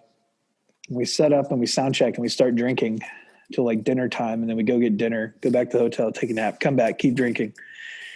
But at no point during the night did we think we were like raging. We were just having a nice casual drink. And we stay late after the show and meet with fans till the bar closes at 3, and we walk back to our hotel. And the next day we get on the road, and the owner calls us and asks how many people were in the band. and Daniel's like, what are you talking about? He's like, you guys drank twice your pay. And he was like, no, we didn't. We just drank beers. And he was like, no, you did. Like you must have been buying drinks for other people. And so he went down the list and was like, no, that was what we were ordering. I remember that round. That's definitely what we were ordering. We just drank for like 12 hours. Funny. And anyway, he was upset at first, and then he was impressed. So they ended up framing that receipt, and it's on the wall in this bar in Norway. That's amazing. And I want to say it was like 400 American or something. But over there, the beer is all like, you just order beer and you get whatever beer is made in that town, and that is beer in whatever town you're in. So they're pretty cheap, like they're like $2 or $3 here. So somehow I think Daniel drank like 70 pints, which is not that uncommon. I saw him do it other times on the trip because he's so damn big that he finishes a pint in like 3 drinks. So he goes back to the bar like every 5 minutes, and if you give him cans, he just leaves the bar with like 4 cans at a time. And they look like those little V8 cans in his hands. Yeah. I'll never forget. Giant style. Yeah. Shaking his hand the first time, it just sort of just enveloped mine. Yeah. It's crazy. But anyway, that's my favorite, like overdone bar tab story. And I guess we drank like over 100 beers, and I had like 20 something whiskeys or something. That was just a Tuesday. I don't know. I know there were nights we drank way more than that for sure on that tour. I am always curious about like other cultures' drinking habits. Like I know Koreans drink a ton. They've got sort of like a American Texan mindset on it. Like, if you're having dinner, you just drink. But I'm not clear on how that is everywhere. It is something that we sort of take for granted, I think, at least here in Texas, maybe. Yeah, there's definitely like, at least on that Scandinavian tour, each country I went to had their own thing. Like, seemed like in Sweden and Norway, you could drink pretty much all you wanted as long as it was after dark, but not liquor. But if it was a weekday, not liquor. That's crazy. Liquor's for weekends. And like, if you drink, a good rule. If you drink liquor while the sun's up on a weekday, you're in trouble. Like I would seriously get weird looks for ordering like a bullet meat at lunch there, which I thought was strange. Because then on the weekends they like rage and everyone's wasted. They have a day, I forget which day of the week it is. It might be Wednesday. And I can't say the word Norwegian, but it basically just translates to Little Saturday. Like they actually just call that day of the week Little Saturday, and they all go out and get drunk halfway through the week. I'm like, that's great. I like that. That should be a thing here. I am adopting that. Yes. You guys want to go out tonight? It's a Little Saturday. It should be like a rolling or like a random thing. It's just a certain day of the week. You never know which one, but you're like, I'm calling a Little Saturday today, and everybody has to do it. Or maybe you have like one a month. You're like, oh, today's Little Saturday. I like the one a week. I like why restrict yourself? Why? I guess in my mind, it's like that Little Saturday, everyone just gets off work. It's just an extra weekend day spread out. It's a good idea. Every month. It's a great idea. That'll be my platform. I honestly, I've been if I ever run for office, which I'm not, but if I did, like, it would be like my two big things are practical, and that is like the daylight savings stuff. Like, let's just nix that. Right. Let's keep like the summertime hours, whatever that is. And then two, more light. Yeah, man. And I feel like people would be all about this, and that would be adopting. I don't know if anyone's even came up with like an actual plan of this, but like an 8-day week where like every weekend was a 3-day weekend. That should be a thing. I mean, I think that would be, because Friday's not a weekend. Yeah. And Sunday's barely a weekend, right? You really only get one day. Yeah. And I'd never known the name of it, but I think Little Saturdays, a Little Saturday would be like the perfect of it. Right. Yes. It's like, it's Friday, it's Little Saturday. It's Saturday. It's Sunday. Sunday. That's exactly. Perfect. God, yeah. I think we'd all be happier, right? Yeah. And well, hey, I'm voting for you, man. Everybody in the world could work 20% harder 5 days a week and turn their 5-day work week into a 4-day work week. That's just a fact. Like, there's time in the day. Just don't play on your phone when you go to the bathroom after lunch. Plus, it's amazing how hard you work when you got motivation. And, like if you actually feel rested and like you actually like enjoyed yourself, man, sure. I look forward to the work week after that, right? You had a nice little Saturday. Yeah, nice little Saturday. Well, I will say, Tom, you say you're not running for office, but I think if I've learned anything over this past year, and I've learned many things over this past year, it's that really all of us should just be running for office. Because I know a lot of people that are better qualified and certainly more caring about the general population than most of the people that seem to be serving in that regard. So please run, and I will vote if I can. You guys remember back when they did like the what was it in California when they recalled their governor, and then like that's when Arnold won a little bit right after there. I didn't know that was a thing, but yeah, okay. But they basically they elected the governor, and like I guess maybe a year or two in, they're like, this guy fucking sucks. We're gonna like recall him. And so like there's a lot of like paperwork that you had to go through and all that kind of shit. Right. But what I remember was, I guess because of the rules and because it was going to be just like there was no primary and all that, or whatever it is. So like there wasn't like where they dwindled it down to 2 people. So anyone could be on the list.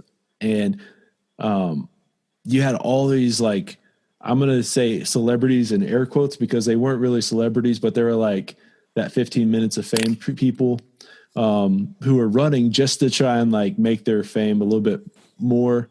Right. And I wonder if like that Gorilla Glue like, hair girl. Yeah, Gorilla Glue hair girl would have like ran back then.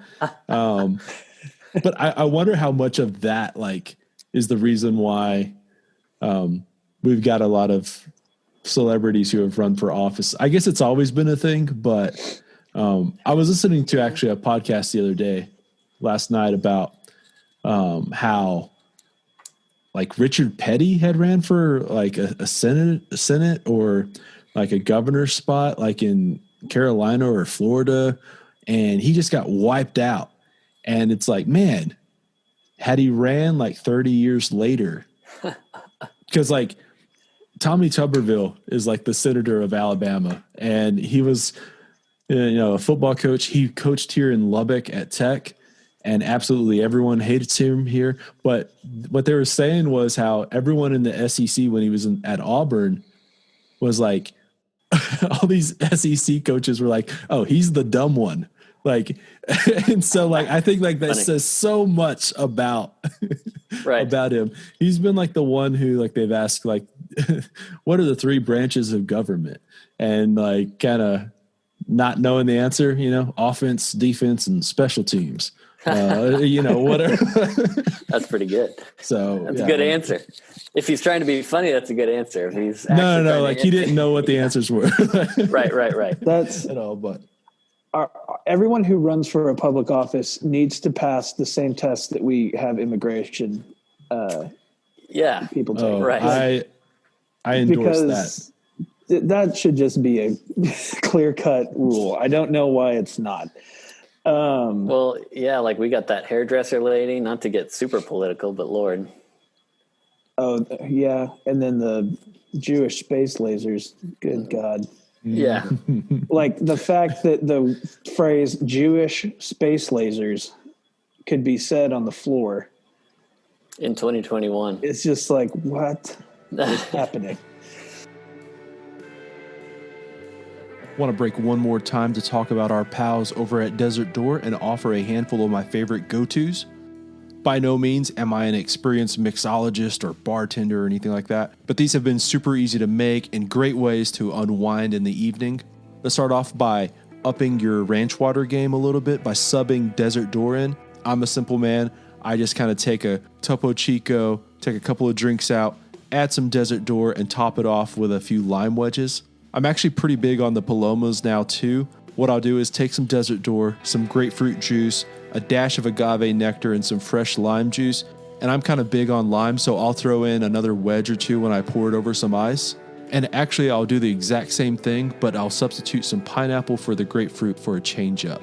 And now that the weather is dipping down, I've started having a Desert Door version of a hot toddy. Put some Door and some honey together and give it a mix. Add in an Earl Grey tea bag with some boiling hot water. Let it just sit for a minute. Remember, patience is a virtue. And then of course, I'll squeeze in a little bit of lemon just to have that balance. Anyway, Desert Door, it's as versatile as vodka and more refined, smooth, and complex than tequila. It's rich and balanced, so whatever your go-to is, it'll do the trick. For more info on Desert Door, check the show notes. All right, back to the episode. Hey, actually, let's tie this to the record because she also did say she believed in 9/11. And like, that's another thing, one of those where it's like, who has to actually claim that now? Like, you shouldn't have to like be someone who says, I believe that 9/11 actually happened. And you guys, I have that song on the record, this new record, Conspiracy Freak. Right. What's y'all's favorite like conspiracy theory that isn't like fucking horrible, like in a mean way? Back when they were fun. Yeah. Back like a fun conspiracy theory. You guys have any? Boy, it's hard to choose. I think I put all of them in that, or a lot of them in that song. I know one. This is sort of, I think it was a joke, but I used to, so that song is partially based on my time spent on some like forums and things, that talk a lot about conspiracies and stuff like that, which I really loved. I mean, I genuinely enjoy like learning about that stuff and thinking about it, even entertaining it for a moment. But, logic is a very easily sort of brings you back to reality. It's just not fun anymore because of the rampant and insane things. But there was one that was posited that the big, what do you call them? Like the big rig things that hold up the electrical lines, the big ones that they like clear land for, that travel all across the country, basically. Those are actually aliens that they're like life forms. And they link together and they're sort of taking over the planet somehow. And there's they've like typologied them somehow where it's like, you've got the ones that are shaped like this that are the masters. And then there are the smaller ones, the smaller electrical poles that are like the servants and things like that. But somebody had written up this elaborate sort of thesis on the fact that these are actually aliens that have come down to give us electricity, but in reality, they're trying to take over the planet. That's a fun one. Now that's a conspiracy I like to read about. Was it like, so was the government in on it and they're helping install these aliens, or is it like our memories are wiped and they install themselves and we imagine that we can only installed, assume. We can only assume that the government's in on it, perhaps being controlled directly by these creatures, but we don't actually know. What about the workers that are working on? Do they know? The guys who have to like rig up to the wires and helicopter in, like, are they in on it? I'm going to have to assume that this conspiracy theory sort of ignores the fact that those have to be installed or built in any sort of way. I don't know. But yeah, I mean, I also spent a lot of time on those forums growing up. I was on 4chan in junior high and, like, yes, looked at creepypasta and all Good the stuff. other things. And so, I mean, I love all of them. I had never thought about it till just now, but I guess DB Cooper made it on my last record, and that in itself is a conspiracy. Yeah. That's a wellspring of fun, like rabbit holes. I just love this stuff. I love everything from Bigfoot to UFOs to even the weird stuff like Nathan said, like, power lines being aliens or, ancient aliens. That's great stuff. Yeah, I loved all that. Not just the show, but even just like, the theories around it. The fact that the pyramids could have been giant batteries. That's a great one. All of it. You do have to marvel sometimes at some of that stuff, not to show my conspiracy cards too much, but like I get sometimes on Instagram, pages will be suggested to me that show like the ancient like stones that are so perfectly cut, and you're like, how could you, like, we could barely do that with lasers now, and it's just a marvel. I mean, that stuff, whether or not aliens were involved at all, is pretty fascinating to look at and wonder at, Right. And I guess that's how I got into it, is just like, I guess my grandpa was kind of into it too. Like he really loved researching the Bermuda Triangle. So I got really into the Bermuda Triangle as a kid. That's a good one. Yeah. He showed me like, so he was in the Navy, and somehow at a estate sale or something, he had copies of these redacted,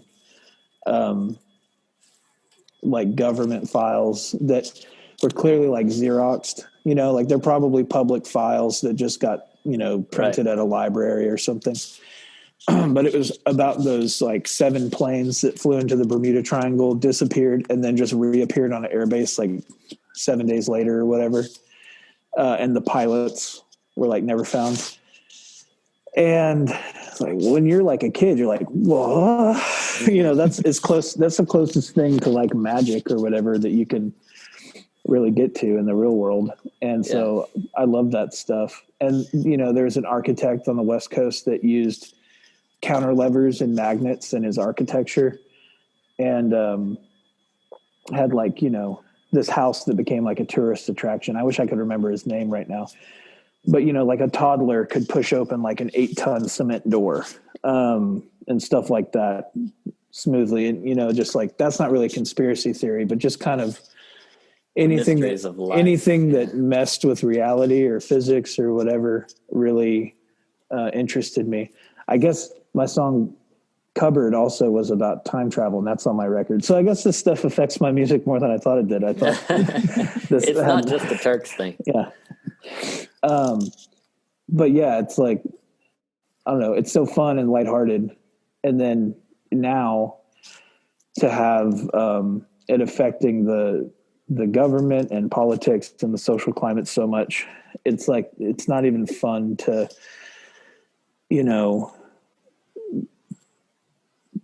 to look into it, because it's just like, oh God, like no one can tell the difference between what they should and shouldn't believe anymore. Right. That's the tragedy of it. Is like there's legitimate things to question about the government constantly. That's the whole point, right? Is that we're supposed to keep them accountable and things, but you gotta, when it comes down to like denying that 9/11 was real or whatever, that's when we've gone too far, probably. It's funny. I was recently looking back through, I think for tax purposes, Turks, our band chat, whatever, the group text message thread. And we were talking about Conspiracy Freak and about the 9/11 line in it.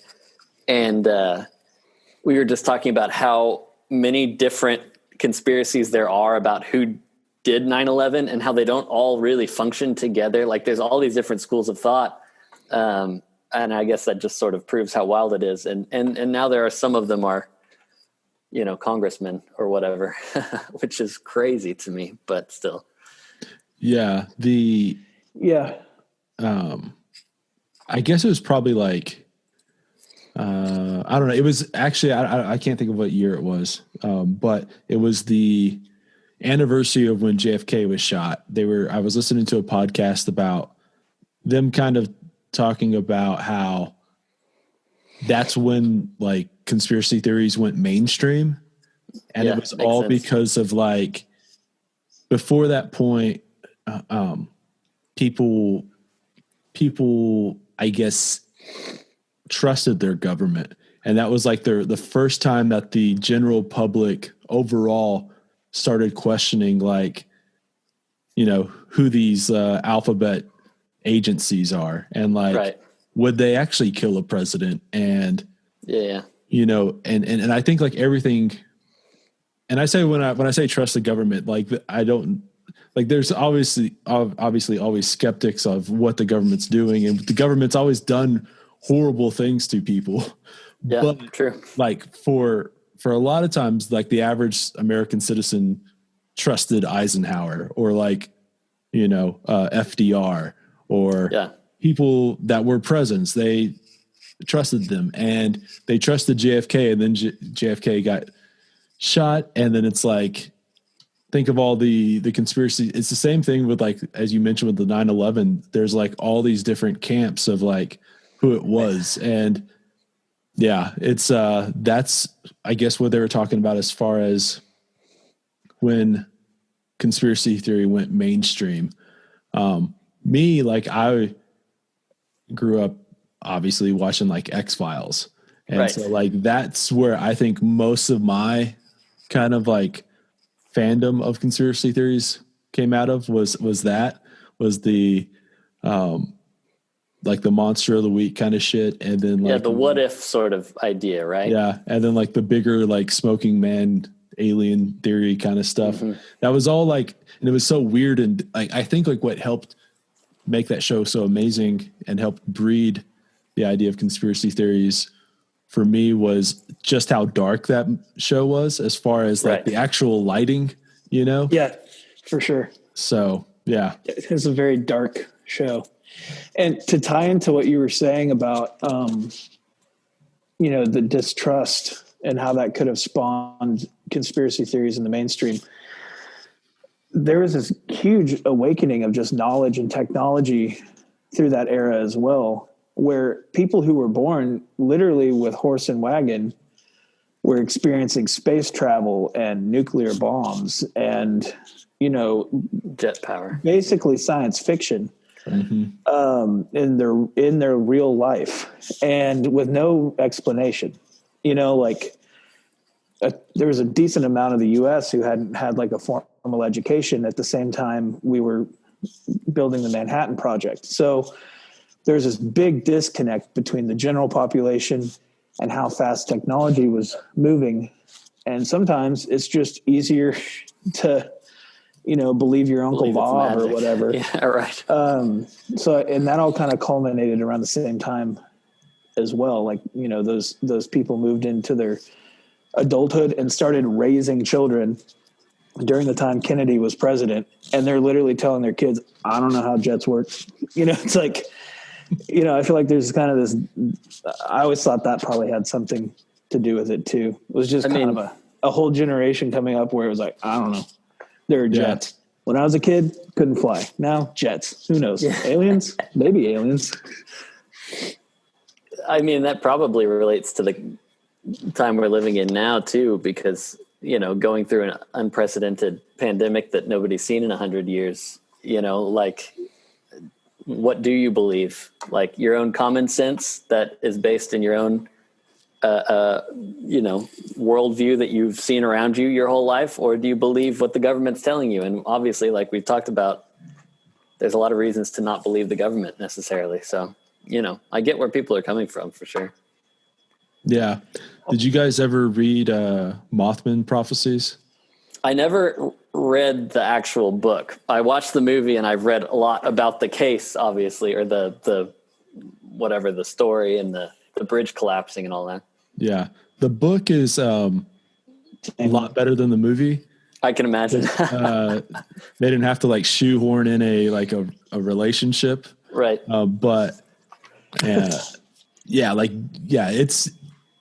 It's really, really, it's a fun read is what I'll say. I can imagine. I love like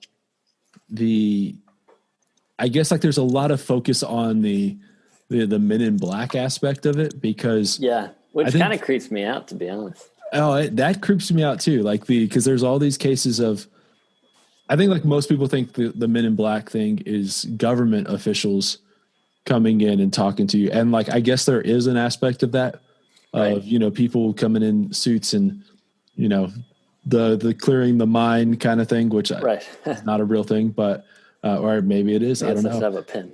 Yeah. But it's I guess like the real Men in Black traditional thing is, like aliens dressed as humans or like dressed as like trying to pass off as humans and come in to talk with people. And they go, who wrote that? Like John Keel, I believe is his name. Yeah, I think that's right. He goes into like more of that stuff. And that is fascinating. Super creepy. And as you said, super fucking creepy. Yeah. The way, like, I remember reading about some of the things where like just the unnatural ways they sort of act when they're interviewing people and stuff. Oh man, I love that stuff. So creepy and interesting. Yeah, what's the phrase for that when it's almost human? It has uncanny valley. Uncanny valley. Yeah, that stuff creeps me out more than anything. Yeah. And that's why conspiracy theories are so fun, is because there are little nuggets of truth in there, and then it's ruined by people. But, like that young Asian woman that went missing in a hotel, and there's footage of her running throughout the hotel from something. Netflix has that documentary right now, right? Oh, really? I didn't even know that. Yeah, it just came out like yesterday or something.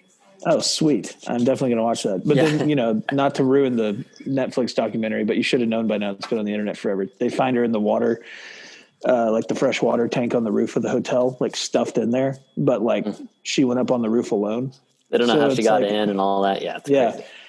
And she clearly looks scared, like getting in the elevator, but then there's nothing in there. I mean, it's just like little stuff like that, or like, footage of actual Men in Black, in theory, coming and interviewing people at offices, and then those people disappearing or whatever. You find those little traces on the internet, and it's so fun and terrifying, and that's what makes you want to dig. But you can't take it too seriously.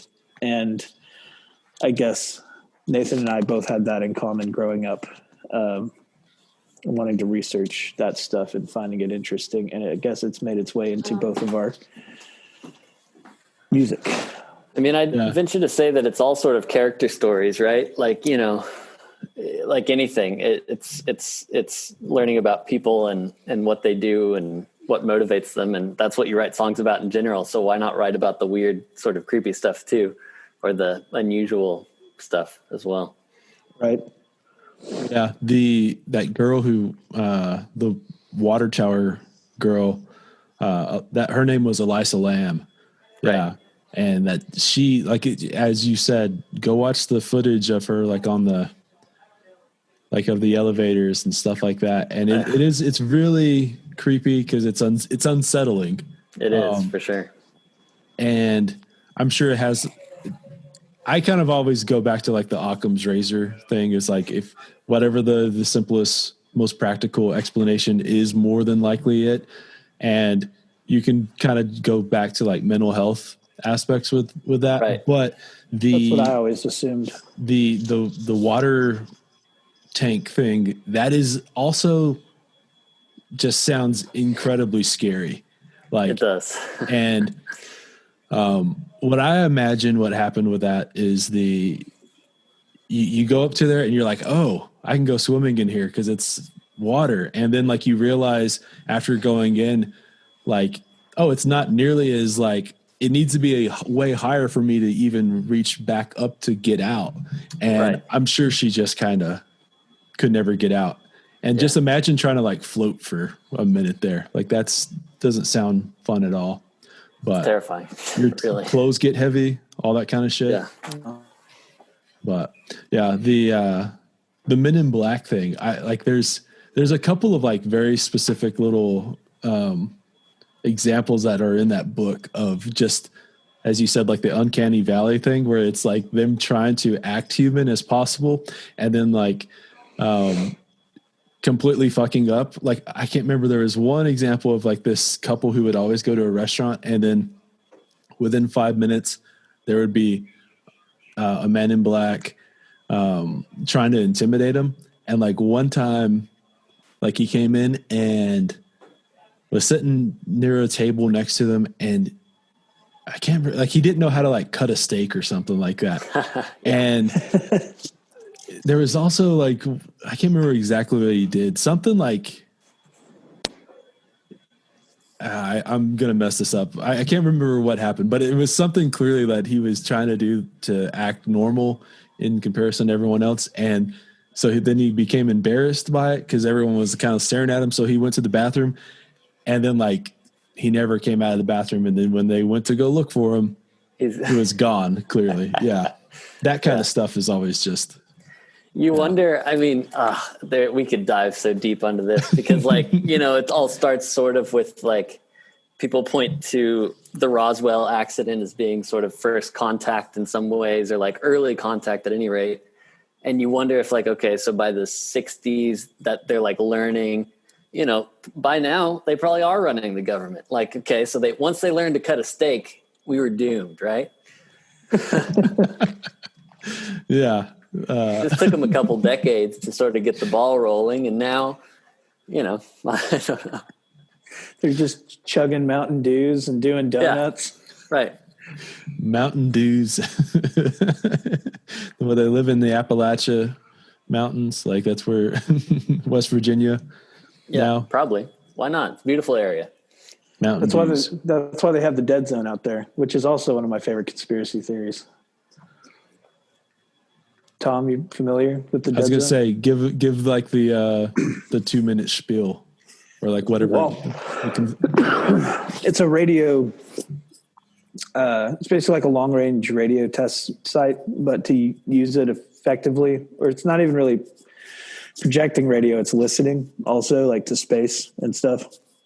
And so to do that, they can't have any like electrical current around it, or it creates static and interference. So there's a dead zone in West Virginia, and like as you get closer to this giant satellite, you get more and more strict about what can be in the area.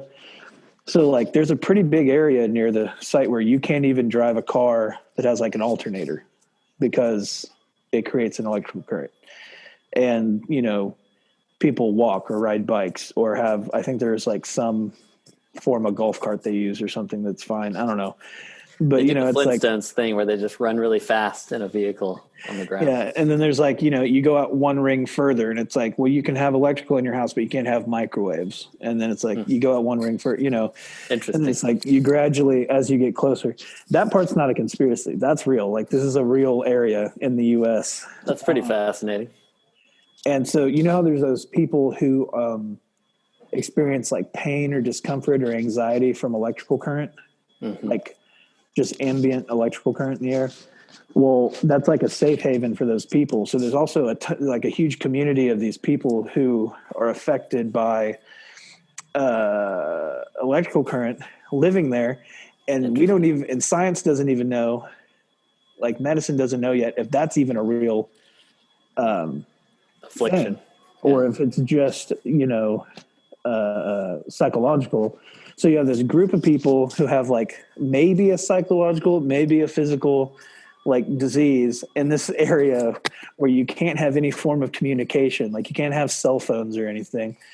And then the government just runs it all and you can't have a normal car. I mean, and those are like the factual parts. That's great. Like I've always wanted to visit there. And, as we talked earlier, significant others keep you from doing stupid things because she's like, no, no, you're just never going to come out. And then there'll be no way to know if you're there. And like, yeah, that's true. And it's in West Virginia, which, makes it weirder. Yeah. Like, does anyone know before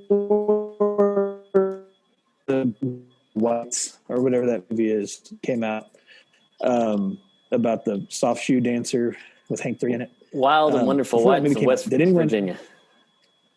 Yeah, that. Did anyone know anything about West Virginia before that? It existed. Like anything? There are coal mines there. It's pretty. Good music comes from there. Christian Bale's in a movie that took place there. Never really meet anyone from there. No.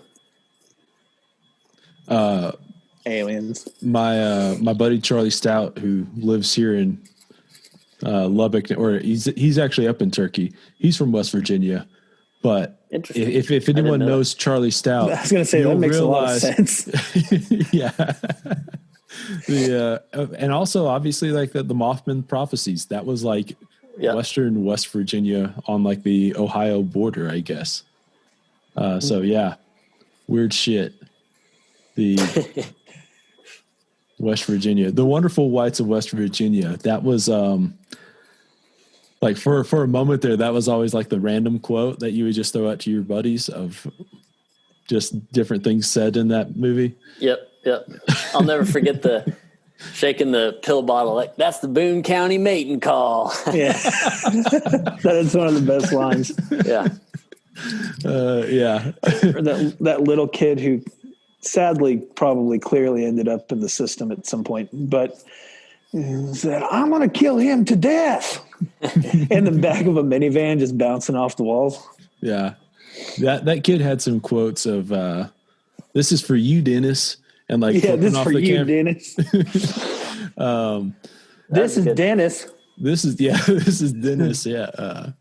So I have a buddy named Tanner, and when they were like in the Taco Bell drive-through, and they see this people they know in the window, and they're all like, Tanner, they took her baby. And like, so I would just say that to Tanner. And then they're like, what's so bad is like, those people clearly can't hear what she's saying. But so they're all like happy and just waving. And like, it's like this horrible thing that's happened to them. And then the lady gets up to the front. I don't know if you guys remember this part, but they're at Taco Bell and she's trying to order, like quesadillas, and I guess they don't have it. So then she tries to order cheese sticks, and then they're like, we don't have cheese sticks. And they're like, well, what do you serve here? Man, this is a Taco Bell. Yeah. That's literally like before sir, this is a Wendy's. Yeah. I guess. Man, I'd love to go to a West Virginia Taco Bell just to see what that's like. But yeah. Why do you have funnel cake? Right. We do have cheese sticks. Actually, we're just out right now. Yeah. Yeah, chicken fries too. What the fuck is that? Yeah, that show.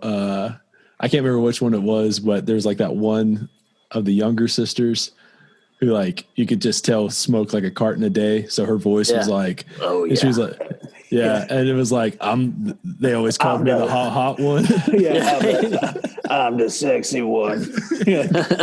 Like, whoa, man. I watched that in college, and it really like impacted me for a while. Like, I don't know, it stuck with me. Just everything. I was big into Hank 3 at the time too, so it just sort of all kind of became this. I don't know. Maybe that's why I had to transfer. I'm not sure. Yeah, I knew those people growing up. Those people were all over East and South Dallas when I was a kid. It definitely has a similar vibe to East Texas in general. I think, West Virginia and East Texas are not. You go out and visit family in Quinlan, and you're going to find I'm the hot one for sure at the local bar. Yeah, family reunions are always a great time. That's the. You said you watched that in college. I think like that was one of the big selling points early on for Netflix, was because that was kind of like one of those early documentaries that was on Makes there. Sense. Yeah. There's actually like, did you guys ever watch that Kings of Leon documentary called like Talahia Sky? Uh-huh. That was like, so, no. To me, that was exactly like, take your generic music documentary times Wonderful Whites of West Virginia equals Talahia, I guess, what is it, Talahia Sky? Because like you think of Kings of Leon, big rock band, all of their family though, rednecks. Yeah. And like, I guess like their dad was like a Pentecostal preacher there for a minute. Right. So all kinds of weird shit happening there.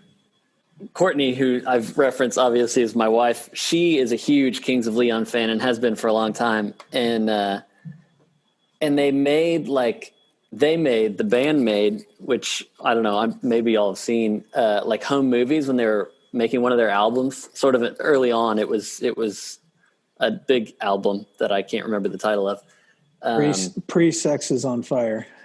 I think it was that album was the one that they were recording when they made these videos. But because they talk about sex is on fire, and like make jokes about it and stuff. But at one point they go to like a family cookout or something, and boy, it's like they're Oklahoma, right? Is where they're from. Yeah, it's like real redneck Oklahoma. And it's funny because like they were already big enough to where they were dating supermodels. Like the guy that the lead singer's married to, it still is like a Victoria's Secret supermodel. She's there. We're like, oh, what does she think about all this? I was at their show where they broke up in Dallas, and they stayed split for like multiple years. Yeah, they only played 3 songs. Courtney was there too, I think, because they played more than that. Is that the show that like bird shit was? Like probably like shitting on them. It was. I don't know. It said Smirnoff, so it's very likely. Right, that would make sense. That is what happens there generally. It's our giant outdoor amphitheater. It's changed names like 60 times. Yeah. Everyone mine and Nathan's age calls it Smirnoff. Our parents call it Starplex. Yeah. People younger than us call it Yellow Pages, or there are a couple other Dos Equis Pavilion there for a minute. Yeah, Jexa. So like you can tell how old someone is in Dallas depending on what they call this venue in town. And anyway, it was there. It was great. It's the best lawn seating like ever. It's just this giant wraparound hill. Super fun for like summer festival shows, But yeah, I went to go see them, and they made it through more than 3 songs. But they just weren't playing their hits yet. They were going to do like a 90-minute set. So you figure when that album came out, they had just put the album out that had Knocked Up on it before that, and Snake Charmer. And like, that was the album I actually liked back when they looked like a weird mod 70s band, and they had like bangs and mullets and just, weird looking. By the time Sex on Fire came out, they had like, deep V's and vests and jewelry and faux hawks or whatever. But so the majority of the audience was there to see like 2 songs. So they never got to see those songs. But overall, it's a pretty good show. I mean, he was complaining about his voice being bad, and that's why he quit. But like, I thought he sounded pretty good that day. But then it was hilarious because what's the lead singer's name? Caleb. They were like, he left, and then he came back and tried like half a song and left again. It was too hot. I think it was like 100 and something that day. And like, down in that cement bowl, it's even hotter. And he was probably getting shit on by birds, and, he was drunk and whatever. So he comes out and he tries again, and then he leaves again. And there's this long pause, and everyone starts booing. And the drummer comes out and goes up to the mic. He's like, well, I guess the show's fucking over because Caleb's an asshole or something like that. And then that was the band breaking up. And like, I got emails for years, like saying when they reschedule, you can come watch them again. And then like 5 years later, when I didn't care anymore, they finally came back.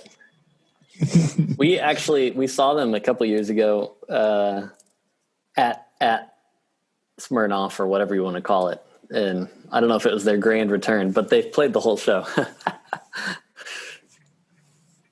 What I find amazing though is how like clearly like those first few records, they are selling like a shit ton of records by like any means. Like they're selling over 200,000 copies. Yeah. But like I just pulled up the Wikipedia just for this. The one with Sex on Fire, like that's 2.5 million copies. That's a lot. And they just basically like they went from the record before had 226,000 to 2.5 million. Like that's crazy. That's ridiculous. And it's all because of Sex on Fire. And I feel like I gave them a hard time for that kind of quote unquote sellout aspect. But then at the same time now, like as a 30-year-old man, I'm like, yeah, I would do that too, I guess. Well, what's funny is like that song may not be that great, although anytime it comes on, I leave it like on, but the rest of the album's pretty solid, I think, in general. And they've got such a specific sound. I mean, I'm somebody who came to them much later because I always thought they were bad until Courtney sort of showed me more songs and stuff. But they've got a really consistent sound throughout all the albums that's like very much their own. Like you can tell it's a Kings of Leon song, and you can tell when somebody else is doing a song inspired by them, like, oh, that sounds like a Kings of Leon song, which is a hard thing to do in like the 20 rock. Yeah. The aughts and the tens and the 20s or whatever we're in now. Yeah. Yeah. Sorry. Oh, go ahead. I was just saying, I was a fan on their records leading up to Sex on Fire. And then when that happened, they totally changed their image. I was like, oh, they sold out. And I thought it was lame. But then I guess it was the next record, like the B-side or whatever was Cold Desert or whatever. And that was a song that brought me back around, and I kind of forgave them for the sellout because I was at a frat party in Abilene, and it's like, when the party is waning and the party music goes off and the slow jams get turned on and it's just 20 dudes in a garage swing back and forth and crying or whatever, that part of the party. My favorite part. And that happened, and they did a fade out and then a fade back in. And I just had somebody tell me the story before I heard the song about how it's about their friend who died. And like, they were all so wasted when they recorded it. They didn't know they had even recorded it. And they went back in the studio the next day and they found it like, recorded. And we're all just like, it's just one of those weird bro moments that happens when you're like 19 and never happens again the rest of your life, where like the first time dudes feel emotion together You It was know, an awakening. Yeah. yeah, it was like, oh, we can all have feelings, like at the same time, like in front of each other. So Kings of Leon was that moment in my life. I don't know what that means or if it's embarrassing or not, but Hey, I That's when you mean, became a it happened. songwriter. I know it sounds like true. a very monumental moment. Yeah, they have a new record coming out in March, and I'm excited for it because I mean, what else am I going to do? Right. Yeah. The first couple songs that they've put out I really like, actually. I think they're pretty good. Yeah.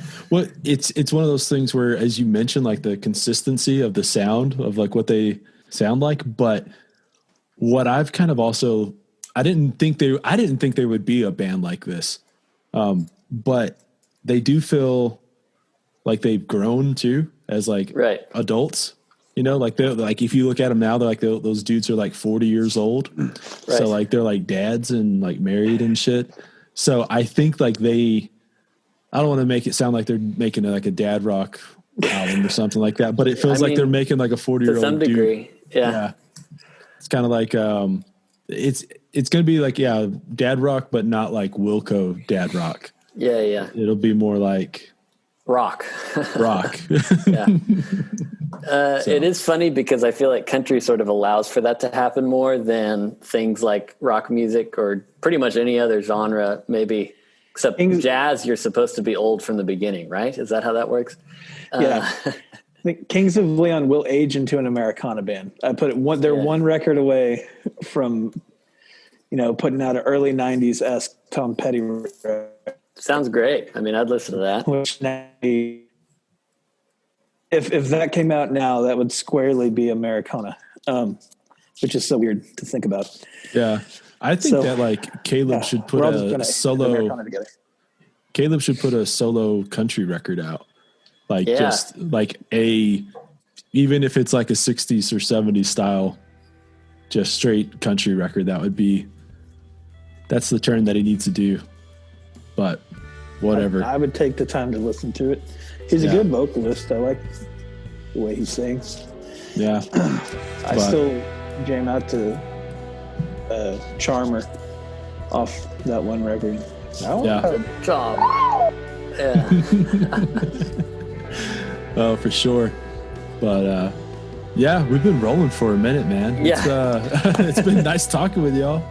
Yes, you as well. Thanks for having us. Now, I don't know what we talked about, but it was fun at any rate. I think we can say go listen to our records. We have records either out or coming out. All right, that is it for this one. Be sure to go out and buy Ottoman Turks II out this Friday, March 5th. Stop on over at the merch store and the Patreon.